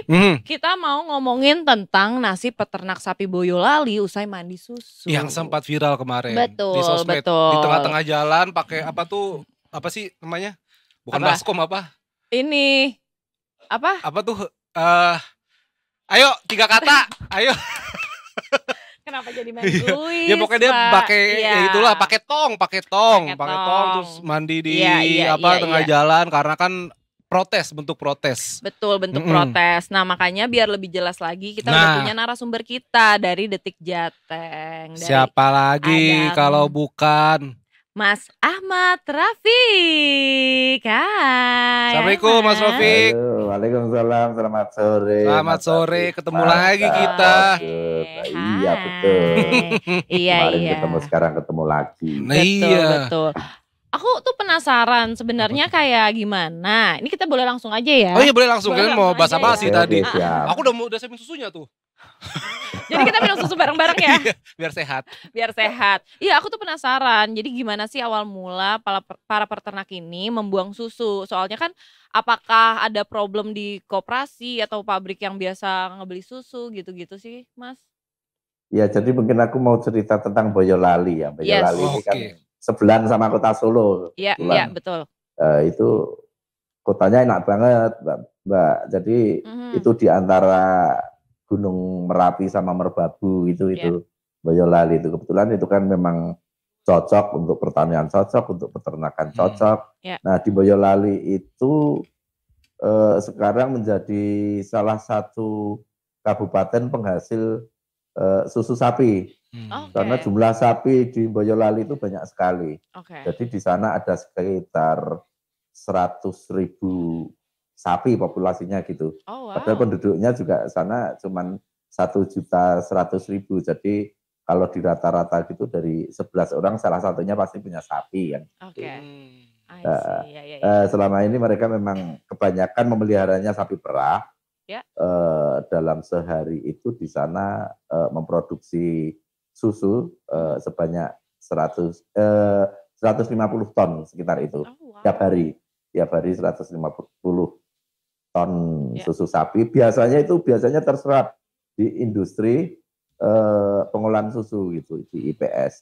Tapi semenjak September kemarin itu pihak industri itu mulai membatasi penyerapan susu daripada peternak itu. Sehingga dari 150-an ton sapi susu sapi yang diproduksi setiap hari yang terserap cuma sekitar 110 ton. Jadi ada sekitar 30 sampai 40 ton sehari yang terbuang. Padahal ini kan susu ini bukan bahan yang bisa bertahan lama kan. Artinya ini memang tidak bisa bertahan lama, gampang basi sehingga para peternak ya terpaksa membuang susu yang tidak terserap ini. Sehingga mereka akhirnya kemarin melakukan protes aksi demo gitu, lumayan atraktif. Mereka mandi susu gitu kan. Biasanya kalau mandi susu di Sepai, ini mandi susunya di tengah jalan kan kayak gitu. Betul. Beda tempat aja Beda tempatnya ini memang jalanan. Karena mereka merasa ini ya kena prank gitu loh. Kena prank ketika mereka beberapa waktu terakhir harapannya sedemikian besar kan, katanya ada program makan bergizi gratis ini membutuhkan susu yang banyak, bahkan susu dalam negeri nggak cukup, harus impor. Lah ini kok ternyata malah kok nggak laku, nggak terserap. Ini kan mereka merasa kena prank semacam itu. Sehingga mereka demonya cukup atraktif. Betul. Dan demonya kemarin itu, Mas Rafiq, ini siapa aja melakukan aksi-aksi tersebut begitu? Dan apakah, tapi memang sebenarnya sudah ketemu Kementan juga Mas ya, kalau nggak salah ya, setelah aksi demo ini ya? Iya betul. Jadi aksi demo kemarin memang dilakukan oleh berbagai lini ini apa namanya pebisnis susu sapi, mulai dari peternak sampai dengan pengepulnya kan. Biasanya mereka membentuk koperasi-koperasi untuk menampung susu dari para peternak ini. Mereka melakukan aksi demo bersama-sama yang akhirnya karena demonya cukup atraktif karena di beberapa daerah penghasil susu lain juga melakukan hal yang serupa. Pemerintah kemudian langsung menggelar pertemuan untuk membahas hal ini karena sangat disayangkan kalau produk lokal ini kalah dengan produk impor. Kemudian Kementerian Pertanian juga langsung melakukan pertemuan yang pada akhirnya mereka bisa mewajibkan industri pengolahan susu ini untuk memprioritaskan susu-susu lokal dibandingkan susu impor gitu. Artinya ketika susu lokal ini semua bisa terserap, pada akhirnya baru impor boleh mereka pakai semacam itu. I see. Berarti memang susu impor ini jadi ini banget ya Mas Rofik ya, jadi ancaman sekali, ancaman yang nyata berarti dong ya. Iya, karena pada dasarnya memang sebenarnya produksi susu dalam negeri belum bisa mencukupi kebutuhan dari industri makanan. Sekitar 20% hanya kontribusi susu lokal. Artinya yang 80% adalah susu impor gitu kan. Cuman yang sangat disayangkan kenapa industri ini justru memprioritaskan dari impornya. Sehingga yang dari lokal malah nggak terserap. Nah akhirnya pemerintah sebagai regulator ini mulai melakukan pembenahan dengan mereka mewajibkan industri pengolah susu ini untuk memprioritaskan susu dari para peternak lokal. Baru kalau semua terserap boleh mereka menggunakan produk yang impor. I see. Berarti sejauh ini sebenarnya udah ada win-winnya ya kan? Berarti iya sih, harusnya karena ya kan. Betul. Nah tapi sebelum ini win-winnya udah dapet nih rembukannya, distribusinya tuh sebenarnya kemana sih untuk kayak susu lokal ini Mas? Iya betul. Jadi kalau susu lokal ini kan kebanyakan industri susu itu kan harus apa ya high tech gitu kan, teknologi yang cukup cukup besar sehingga hanya industri-industri besar yang bisa melakukannya. Misal mereka mengolahnya menjadi keju, menjadi susu bubuk, mereka juga harus memiliki teknologi pasteurisasi atau ultra high temperatur UHT itu. Artinya ya mereka mau nggak mau kalau para petani, peternak dan pengepul ini ya memang mereka hanya bisa bergantung pada industri-industri besar ini. Ada sih sebagian yang mereka menjual kalau di Solo dan sekitarnya ini kan banyak warung susu segar nih. Oh di iya. pinggir jalan di Bener yang ada rasa-rasanya juga ya. Iya kalau nggak salah kan. Iya benar. Betul. Di Solo sekitarnya itu banyak karena memang dekat dengan Boyolali ini. Cuman itu hanya sedikit, hanya kontribusi yang dijual untuk konsumsi warung susu segar ini memang hanya sedikit. Yang lebih dominan ya memang ke perusahaan-perusahaan besar yang pengolah produk industri susu ini. Karena koperasi-koperasi jarang ada yang memiliki teknologi.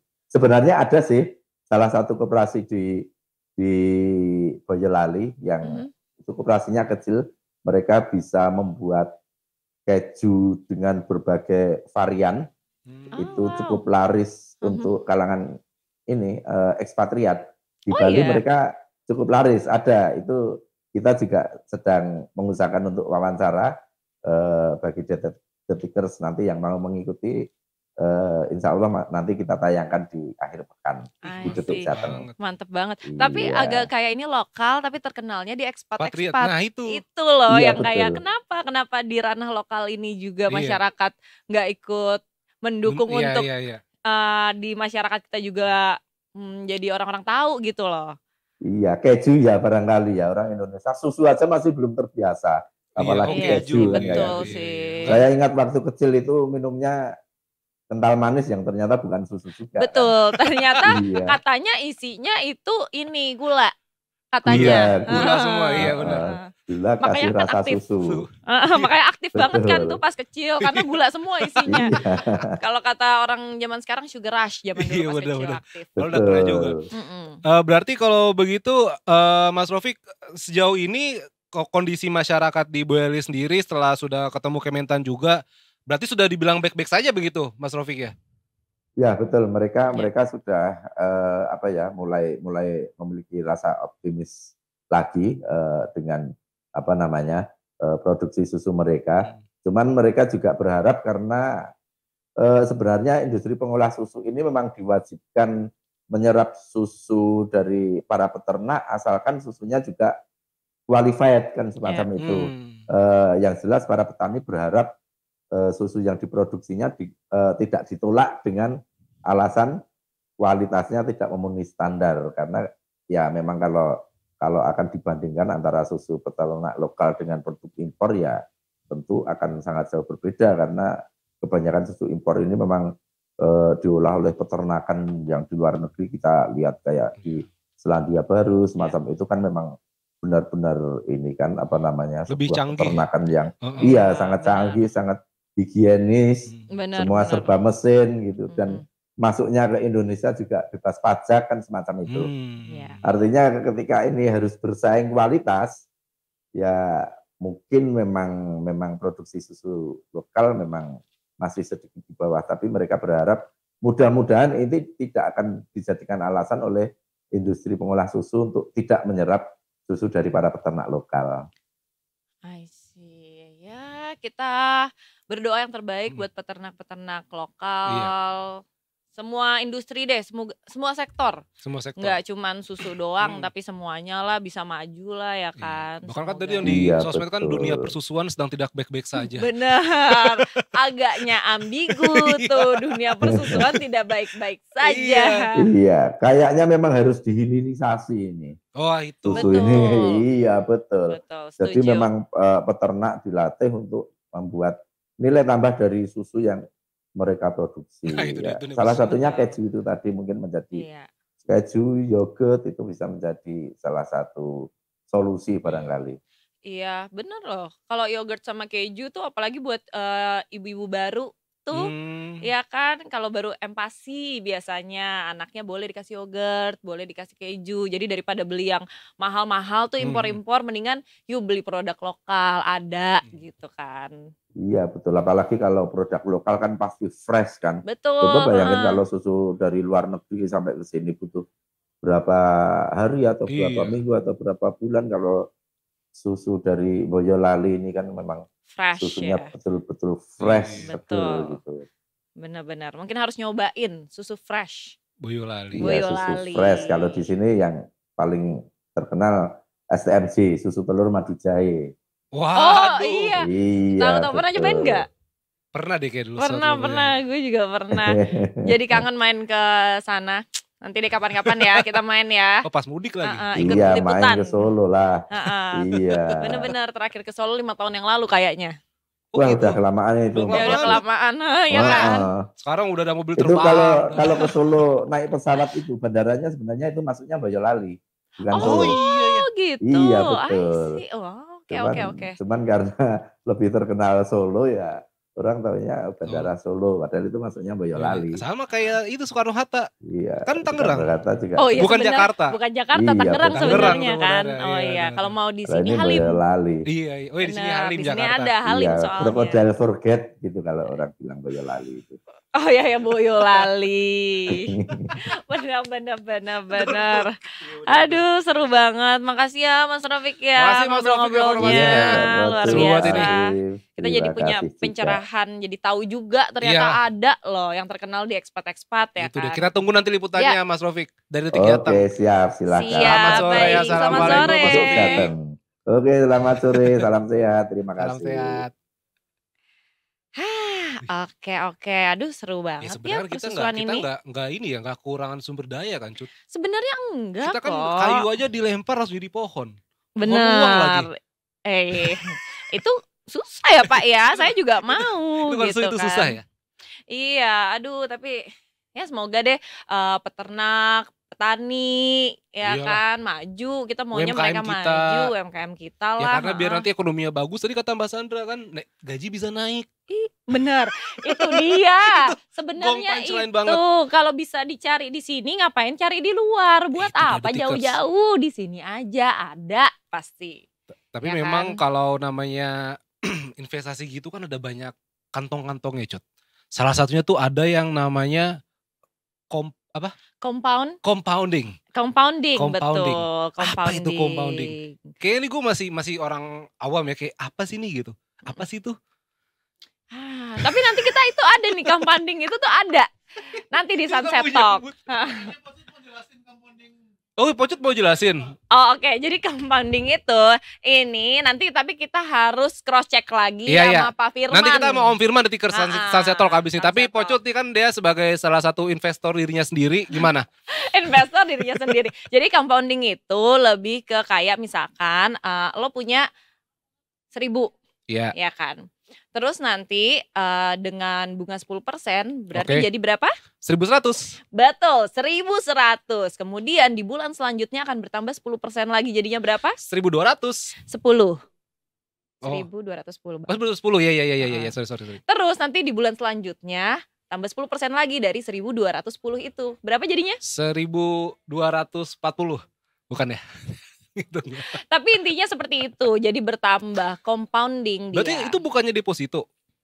Ya sepertinya berbeda. Makanya kita harus tanya Pak Firman nanti. Iya. Sebenarnya mungkin udah dilakukan sebagian orang kayak misalnya sebulan 5 juta selama 20 tahun jadi rumah.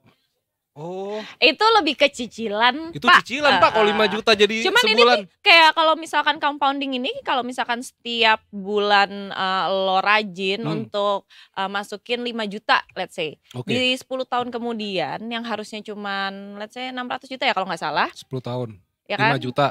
Berapa? Ya kan? Iya. 600 juta jadi 6 miliar rupiah. Itu bisa terjadi kalau misalkan kita ikut compounding. Gitu. Jadi penasaran, jadi pengen Cut. Iya penasaran. Tapi kita belum disuruh break nih Pak. Belum ada break ya? Oh break aja. Ini gak ada omongan apa nih nih. Biasa ada break yuk. Ini kayak ya terserah gue kalau misalnya mau cerpen boleh sih. Karena waktu lebih itu ke hujan tadi, turun rintik-rintik. Apa? Karena tadi kita miskom, jadi kita ragu.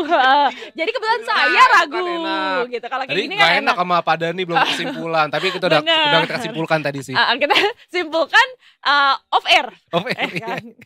Oke, Tikers kita break sejenak. Habis ini kita Sunset Talk bareng Om Firman kita ngomongin compounding itu tadi. Oke. Jangan kemana-mana, tetap di Detik Sore. Gak cuma hore-hore. Rar.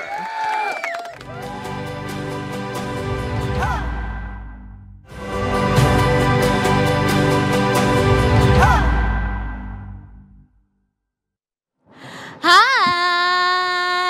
wow ada actionnya. Coba diulang lagi Pak, gimana? Untung gak jatuh loh tadi. Untung. Ya kan maksud gitu. Gitu. Karena udah cenat-cenut ini. Oh udah cenat-cenut Iya. ya, bener-bener. Ya walaupun umur tuh cuman age. Umur tuh cuman age, bener emang. Break lagi Tik Sore, gak cuma hore-hore. Iya, kita udah balik lagi di Sunset Talk. Wih, sunsetnya hari ini. Tuh kan, sekarang harus ada gitunya ya, kalau Sunset Talk ya. Harus ada gimana? Terserah. Kan tadi gue gitu, nah lo kan tadi udah. Besok lagi. Oke. Besok lebih heboh lagi. Iya, besok ada barongsai di sini belakang kita nih, ya kan? Coba ada perang bantal. Tapi seperti biasa ya hari Rabu kita kan ini dia. tentang yang penting nih untuk masa depan kita, tentang investasi. Yang pastinya sama siapa nih? The one and only. The one and only. Yang tak lain dan tak bukan. Kita panggilkan maksudnya. kita panggil pun. Om Firman. Sore Mas Afif, Mbak Pocut. Sehat Om. Sehat. Alhamdulillah. Nah, ini seru nih karena kita mau ngomongin tentang ini nih apa namanya compounding. Ya. Nah ini mungkin nggak banyak orang tahu tentang compounding ini. Gue salah satunya. Iya, padahal compounding ini menarik banget loh Detikers. Coba bisa dijelaskan sedikit nih Om. Apa itu Om compounding Om? Tema kita hari ini kalau mau kaya ya, yuk kita mesti kenal yang namanya compounding. Yes. Jadi compounding itu sebenarnya kalau di bahasa Indonesia kan artinya bunga berbunga.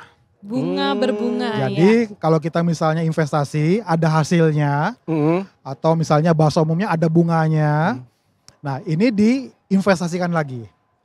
Jadi sebenarnya compounding ini sederhana, tapi efeknya luar biasa. Iya. Ya, nah terutama kalau misalnya dikaitkan dengan waktu. Dia akan mengalir sejalinnya dengan waktu, itu akan menggelinding seperti bola salju. Ya, semakin jauh, semakin bola saljunya makin besar. Iya. Nah, jadi itu compounding. Nah, ini sebenarnya sederhana. Sederhana, cuma orang banyak nggak ngerti. Nah, kalau kita paham tentang compounding ini, maka nanti kita akan mengerti kenapa kita harus memahami tentang bunga berbunga atau compounding. Nah, karena sebenarnya ini penting, karena ini membawa kita untuk kita investasi, tanda kutip nambah uangnya nggak kerasa. Nah, misalnya gini, kalau saya misalnya harus masukin uang terus, itu kan ada rasanya tuh kerasa. Tapi kalau misalnya hasil investasinya saya nggak pakai, itu saya investasikan lagi, dengan kata lain saya nggak ada tambahan uang baru untuk masuk ke dalam. Nah, itu kan artinya saya investasi nggak kerasa tuh. Karena apa? Bukan dari uang yang baru yang saya masukin, tapi dari hasil investasinya yang saya masukin. Nah, itu artinya bunganya saya bungakan lagi, atau hasil investasinya saya investasikan lagi. Nah, itu artinya compounding. I see. Jadi compounding itu berarti lebih ke ini lama-lama menjadi bukit. Itu benar ya? Betul. Itu konsepnya itu, dan harus sabar berarti kan berbunga-bunga. Berbunga-bunga. Bukan hatinya berbunga-bunga, dompetnya berbunga-bunga. Berarti kalau begitu Om, apakah ini ada perbedaannya dengan deposito Om? Ada ya, tetapi sebenarnya mau dimanapun compounding itu bisa dilakukan. Contoh ya, gampang hitung nih. Supaya maksudnya paham. Misalnya anggap saya punya uang, saya depositoin 100 juta. Supaya gampang hitung nih ya, walaupun deposito sekarang nggak ada, jarang lah ya. Misalnya bunga per tahun 10%. Jadi kalau 100 juta deposito, anggap bunganya 10%. Ya, anggap bunga 10%. Berarti kan bunganya 10 juta. Ya, betul. Nah, bunga 10 jutanya ini saya masukin lagi nih di tahun kedua menjadi 110. Tadi kan 100. Bunganya 10 juta, saya masukin jadi 110 juta. Jadi di tahun kedua 100 ditambah hasil tahun pertama yang 10 juta jadi 110 juta. Nah, anggap bunganya sama. Jadi di akhir tahun kedua atau awal tahun ketiga 10% dari 110 juta berarti kan 11 juta. Berarti di awal tahun ketiga jadi 110 tambah 11. Jadi 121 juta. Nah, di akhir tahun ketiga atau awal tahun keempat jadi bunganya dari 121 juta. Ya, jadi 12,1 juta. Di awal tahun keempat jadi 121 tambah 12,1. Jadi 133,1 juta. Nah, kurang lebih begitu. Nah, jadi uangnya tuh muter terus. Ya, tadi seperti bola salju. Semakin panjang waktunya, itu gulungan bola saljunya makin gede. Nah, itulah efek compounding.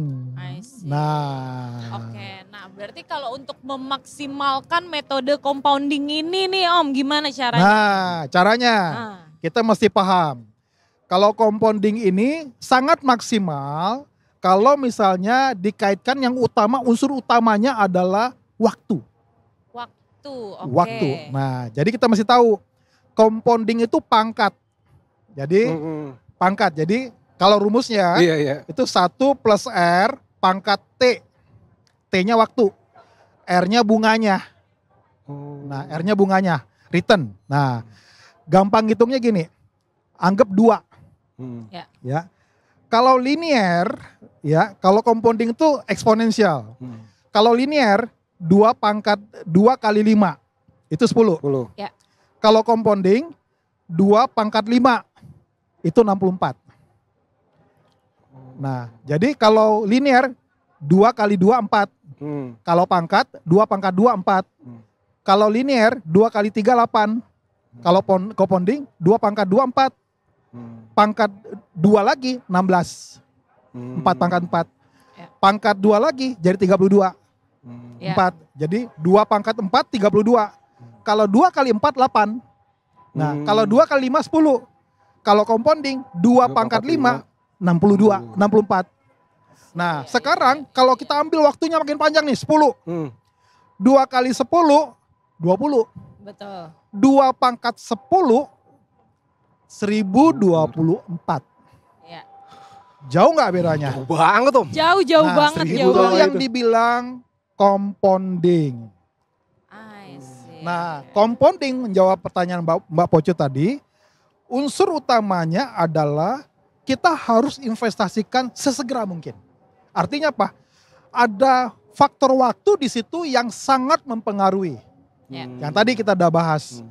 Kalau 2 pangkat 5, 64. 2 pangkat 10, 1024. Bayangin tuh. Jauh banget kan? Jauh banget. Nah, kalau linear 2 pangkat 10, 20. Nah, jadi yang kita mau sampaikan di sini adalah bahwa sebenarnya kalau kita mengerti tentang compounding, hasil daripada investasi kita itu kita reinvestasikan kembali. Bukan hasil investasinya diambil lalu dihabiskan. Nah, jadi itu yang kita mesti paham.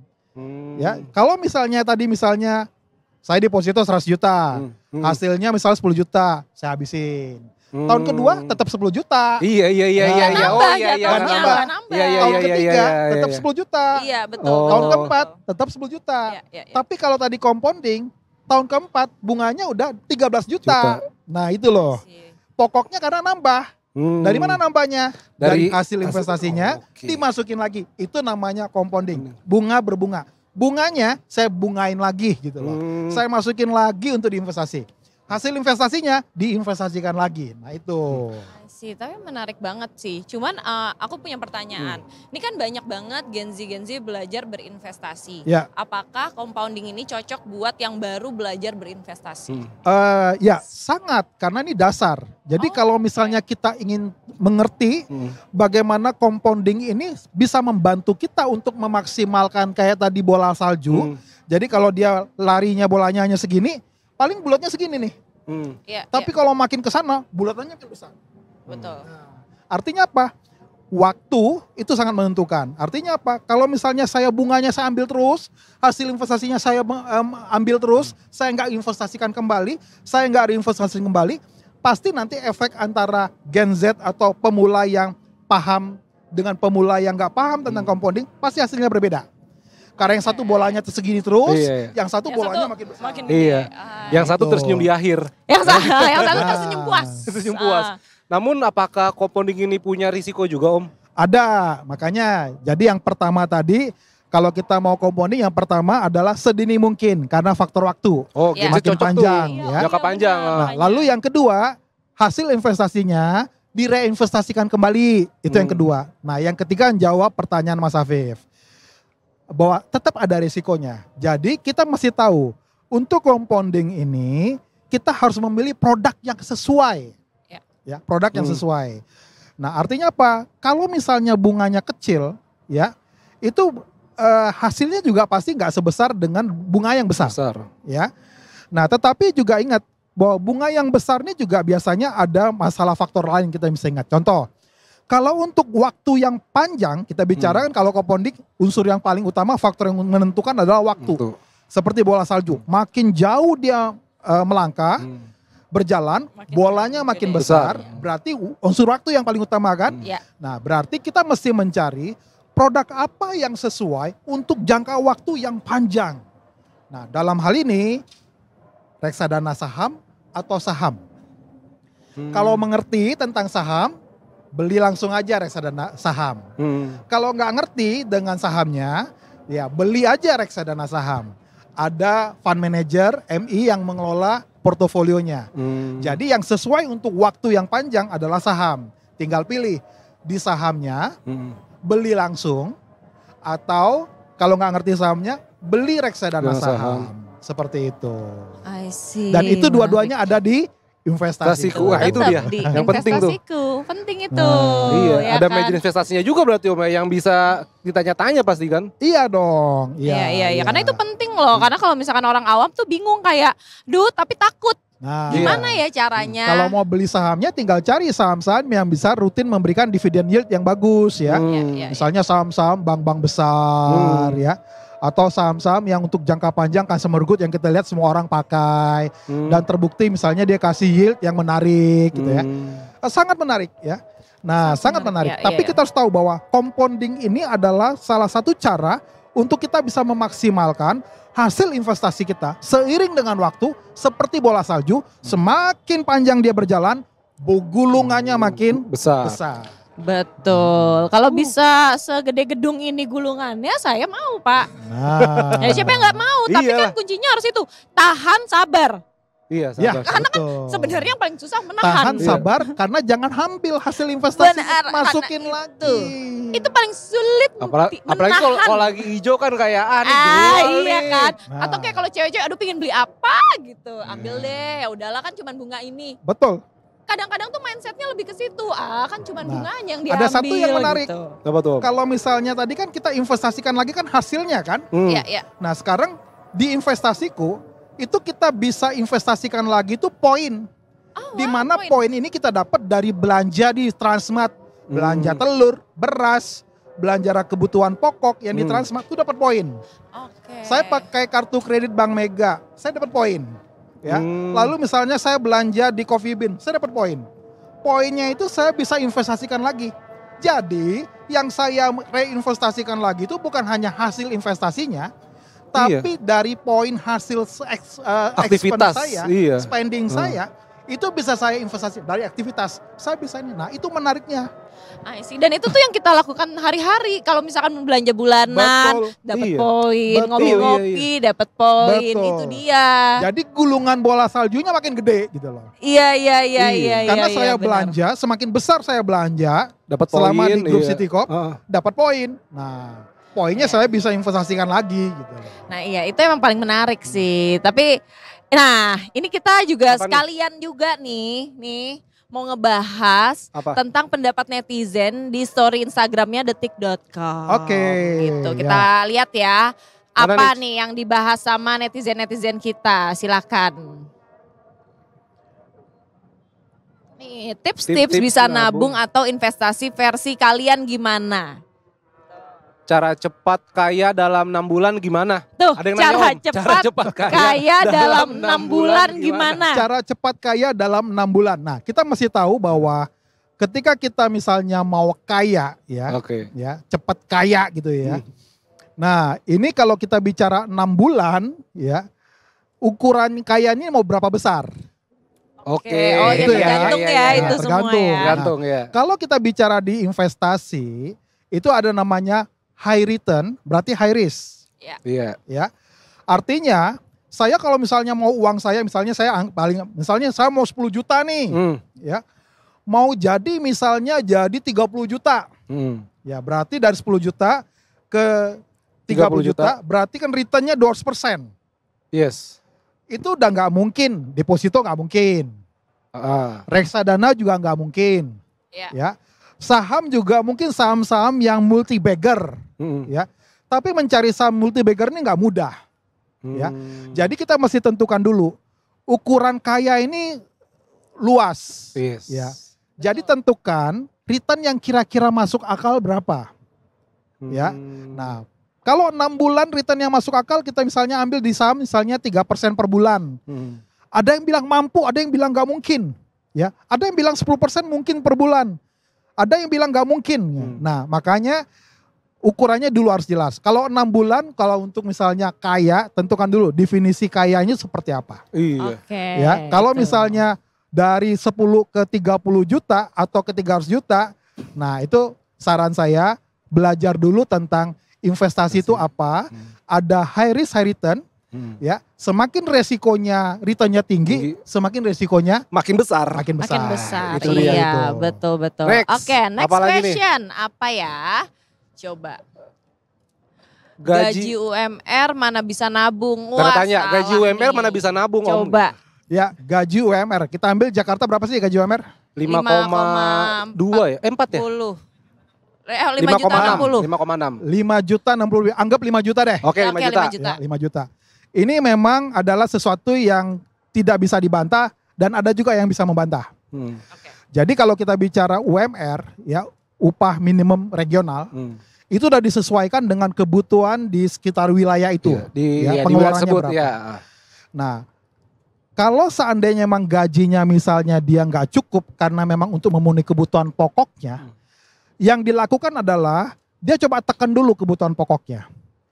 Kalau seandainya spendingnya bisa ditekan, ada yang masih bisa disisihkan untuk menabung, berarti jawabannya bisa kok. Nah, tetapi kalau seandainya dia ada anak, ya, ada misalnya istri, udah punya keluarga, dan ternyata gaji UMR itu ternyata dia nggak bisa menabung, yang harus dilakukan yang kedua adalah meningkatkan pendapatannya supaya bisa menabung. Cari side job ya. Betul. Ya, jadi langkah pertama adalah dengan penghasilan yang saya punya, bisa nggak saya tekan spendingnya, pengeluarannya, sehingga ada yang saya sisihkan. Nah, tetapi yang sering menjadi kesalahan adalah banyak orang menabung atau berinvestasi dari sisa. Oh, salah. Oh, itu salah. Harusnya kita sisihkan. Istilahnya apa? Bayar dulu dirimu sendiri, baru bayar yang lain. Kalau kita mengerti prinsip ini, kita tahu bahwa masa depan kita harus create. Kita harus tahu bahwa kita harus punya tabungan sekian, artinya saya harus punya yang harus saya sisihkan berapa. Itu istilahnya, saya bayar dulu diri saya sendiri, baru saya bayar yang lain. Itu. Tetapi kalau saya udah punya prinsip ini, ternyata gaji UMR saya tidak bisa memenuhi kebutuhan itu. Udah ditekan-tekan gak bisa. Berarti saya harus lakukan menambah penghasilan saya. Cari sumber-sumber yang lain. Tetapi yang pertama dilakukan, coba punya prinsip mindsetnya diubah. Bayar dulu dirimu sendiri, baru bayar yang lain. Artinya apa? Berinvestasi atau menabung bukan dari sisa, tapi sisihkan dulu, baru kita yang lain. Quote of the day itu keren, bukan sisa tapi sisihkan. Tapi tidak membantah yang tadi dibilang ya. Iya. Oke, next. Pertanyaan terakhir ya. Oke, tips-tips nabung atau investasi versi kalian gimana ngurangin ngopi? Ngurangin. Coba, Om, apakah ngopi hari-hari ini ya sangat kan? amat kayak berpengaruh gitu, punya pengaruh yang besar banget? Saya setuju. Oh, setuju. Ya. Setuju. Karena gini, ngopinya di mana dulu? Ya juga sih. Coba kita ambil misalnya Coffee Bean, ya, atau Starbucks. Satu kopi itu berapa? 50 ya. 40-50 lah. 50 lah. Kalau seminggu 2 kali, 3 kali, berarti 100.000 toh. Kalau kali 4 minggu, 5 minggu, berarti berapa? 200.000 kan? 200.000 betul. 200.000. Nah, pertanyaannya, ngopinya apa harus di sana? Ya kan? Kan bisa di tempat yang lain ngopinya. Ada selisih kan? Pasti. Nah, selisihnya tuh bisa nggak saya investasikan lagi atau saya tabung? Bisa banget. Bisa. Nah, yang sering menjadi masalah adalah yang pernah dulu kita bahas. Yang sering menjadi masalah adalah gaya kita itu kegedean. Nggak disesuaikan.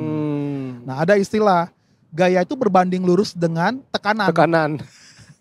Semakin besar gaya hidup, semakin tertekan. Tekanan hidup semakin besar. Semakin tertekan. Nah, kenapa? Karena penghasilannya segitu-gitu aja. Sementara gaya hidupnya makin gede.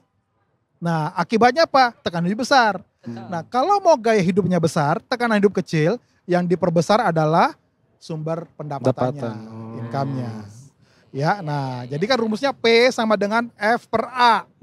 Ya, gaya per luas bidang tekanan. Nah, berbanding terbalik kan? Jadi kalau misalnya gaya hidup kita misalnya tekanan hidup kita kecil, ininya diperbesar. Luas bidang finansial kita harus diperbesar. Ya. Nah, jangan gaya hidupnya diperbesar, tekanan bidang finansialnya tetap segitu aja. Tapi gayanya diperbesar. Nah, jadi menjawab yang soal tadi, yang soal ngopi, saya setuju. Yang tadi, coba berpikir dulu. Spending saya, apakah saya di dalamnya udah bayar daya saya dulu? Kalau udah bayar saya dulu, artinya saya udah sisihkan untuk masa depan saya, tabungan investasi saya, hasilnya baru ada lebihnya. Saya ngopi, gitu. saya hangout dengan teman-teman. Justru itu harusnya ikut sisanya. kebutuhan yang lain. Harusnya bukan investasi sisanya, tapi nongkrongnya itu sisanya. Betul. Jadi yang diubah mindsetnya. Iya betul. Menarik. Mindsetnya yang diubah. Wah, seru banget. Sebuah pencerahan ya. Bener-bener gak sabar minggu depan jadinya. Kayaknya bagus ya pertanyaan-pertanyaan begitu ya. Tapi yang menarik. Next boleh juga nih kita ajak-ajak detikers nanya. Gitu kan. Ya mungkin secara umum investasi juga boleh Om ya. Itu oke kan, menarik banget. Pokoknya semua tentang investasi gitu untuk masa depan. Thank you Om Firman sudah bersama kami di Sang Seto. Sehat-sehat selalu. Terima kasih Pocut. Terima kasih Mas Afif. Terima kasih teman-teman yang ada di sini, yang ada di studio. Terima kasih detikers juga. Terima kasih detikers, yes.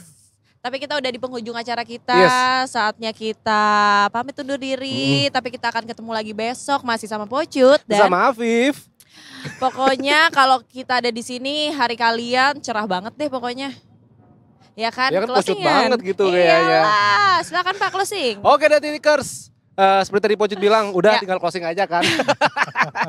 Besok kita kembali lagi cuma di Detik Sore. Gak cuma hore-hore.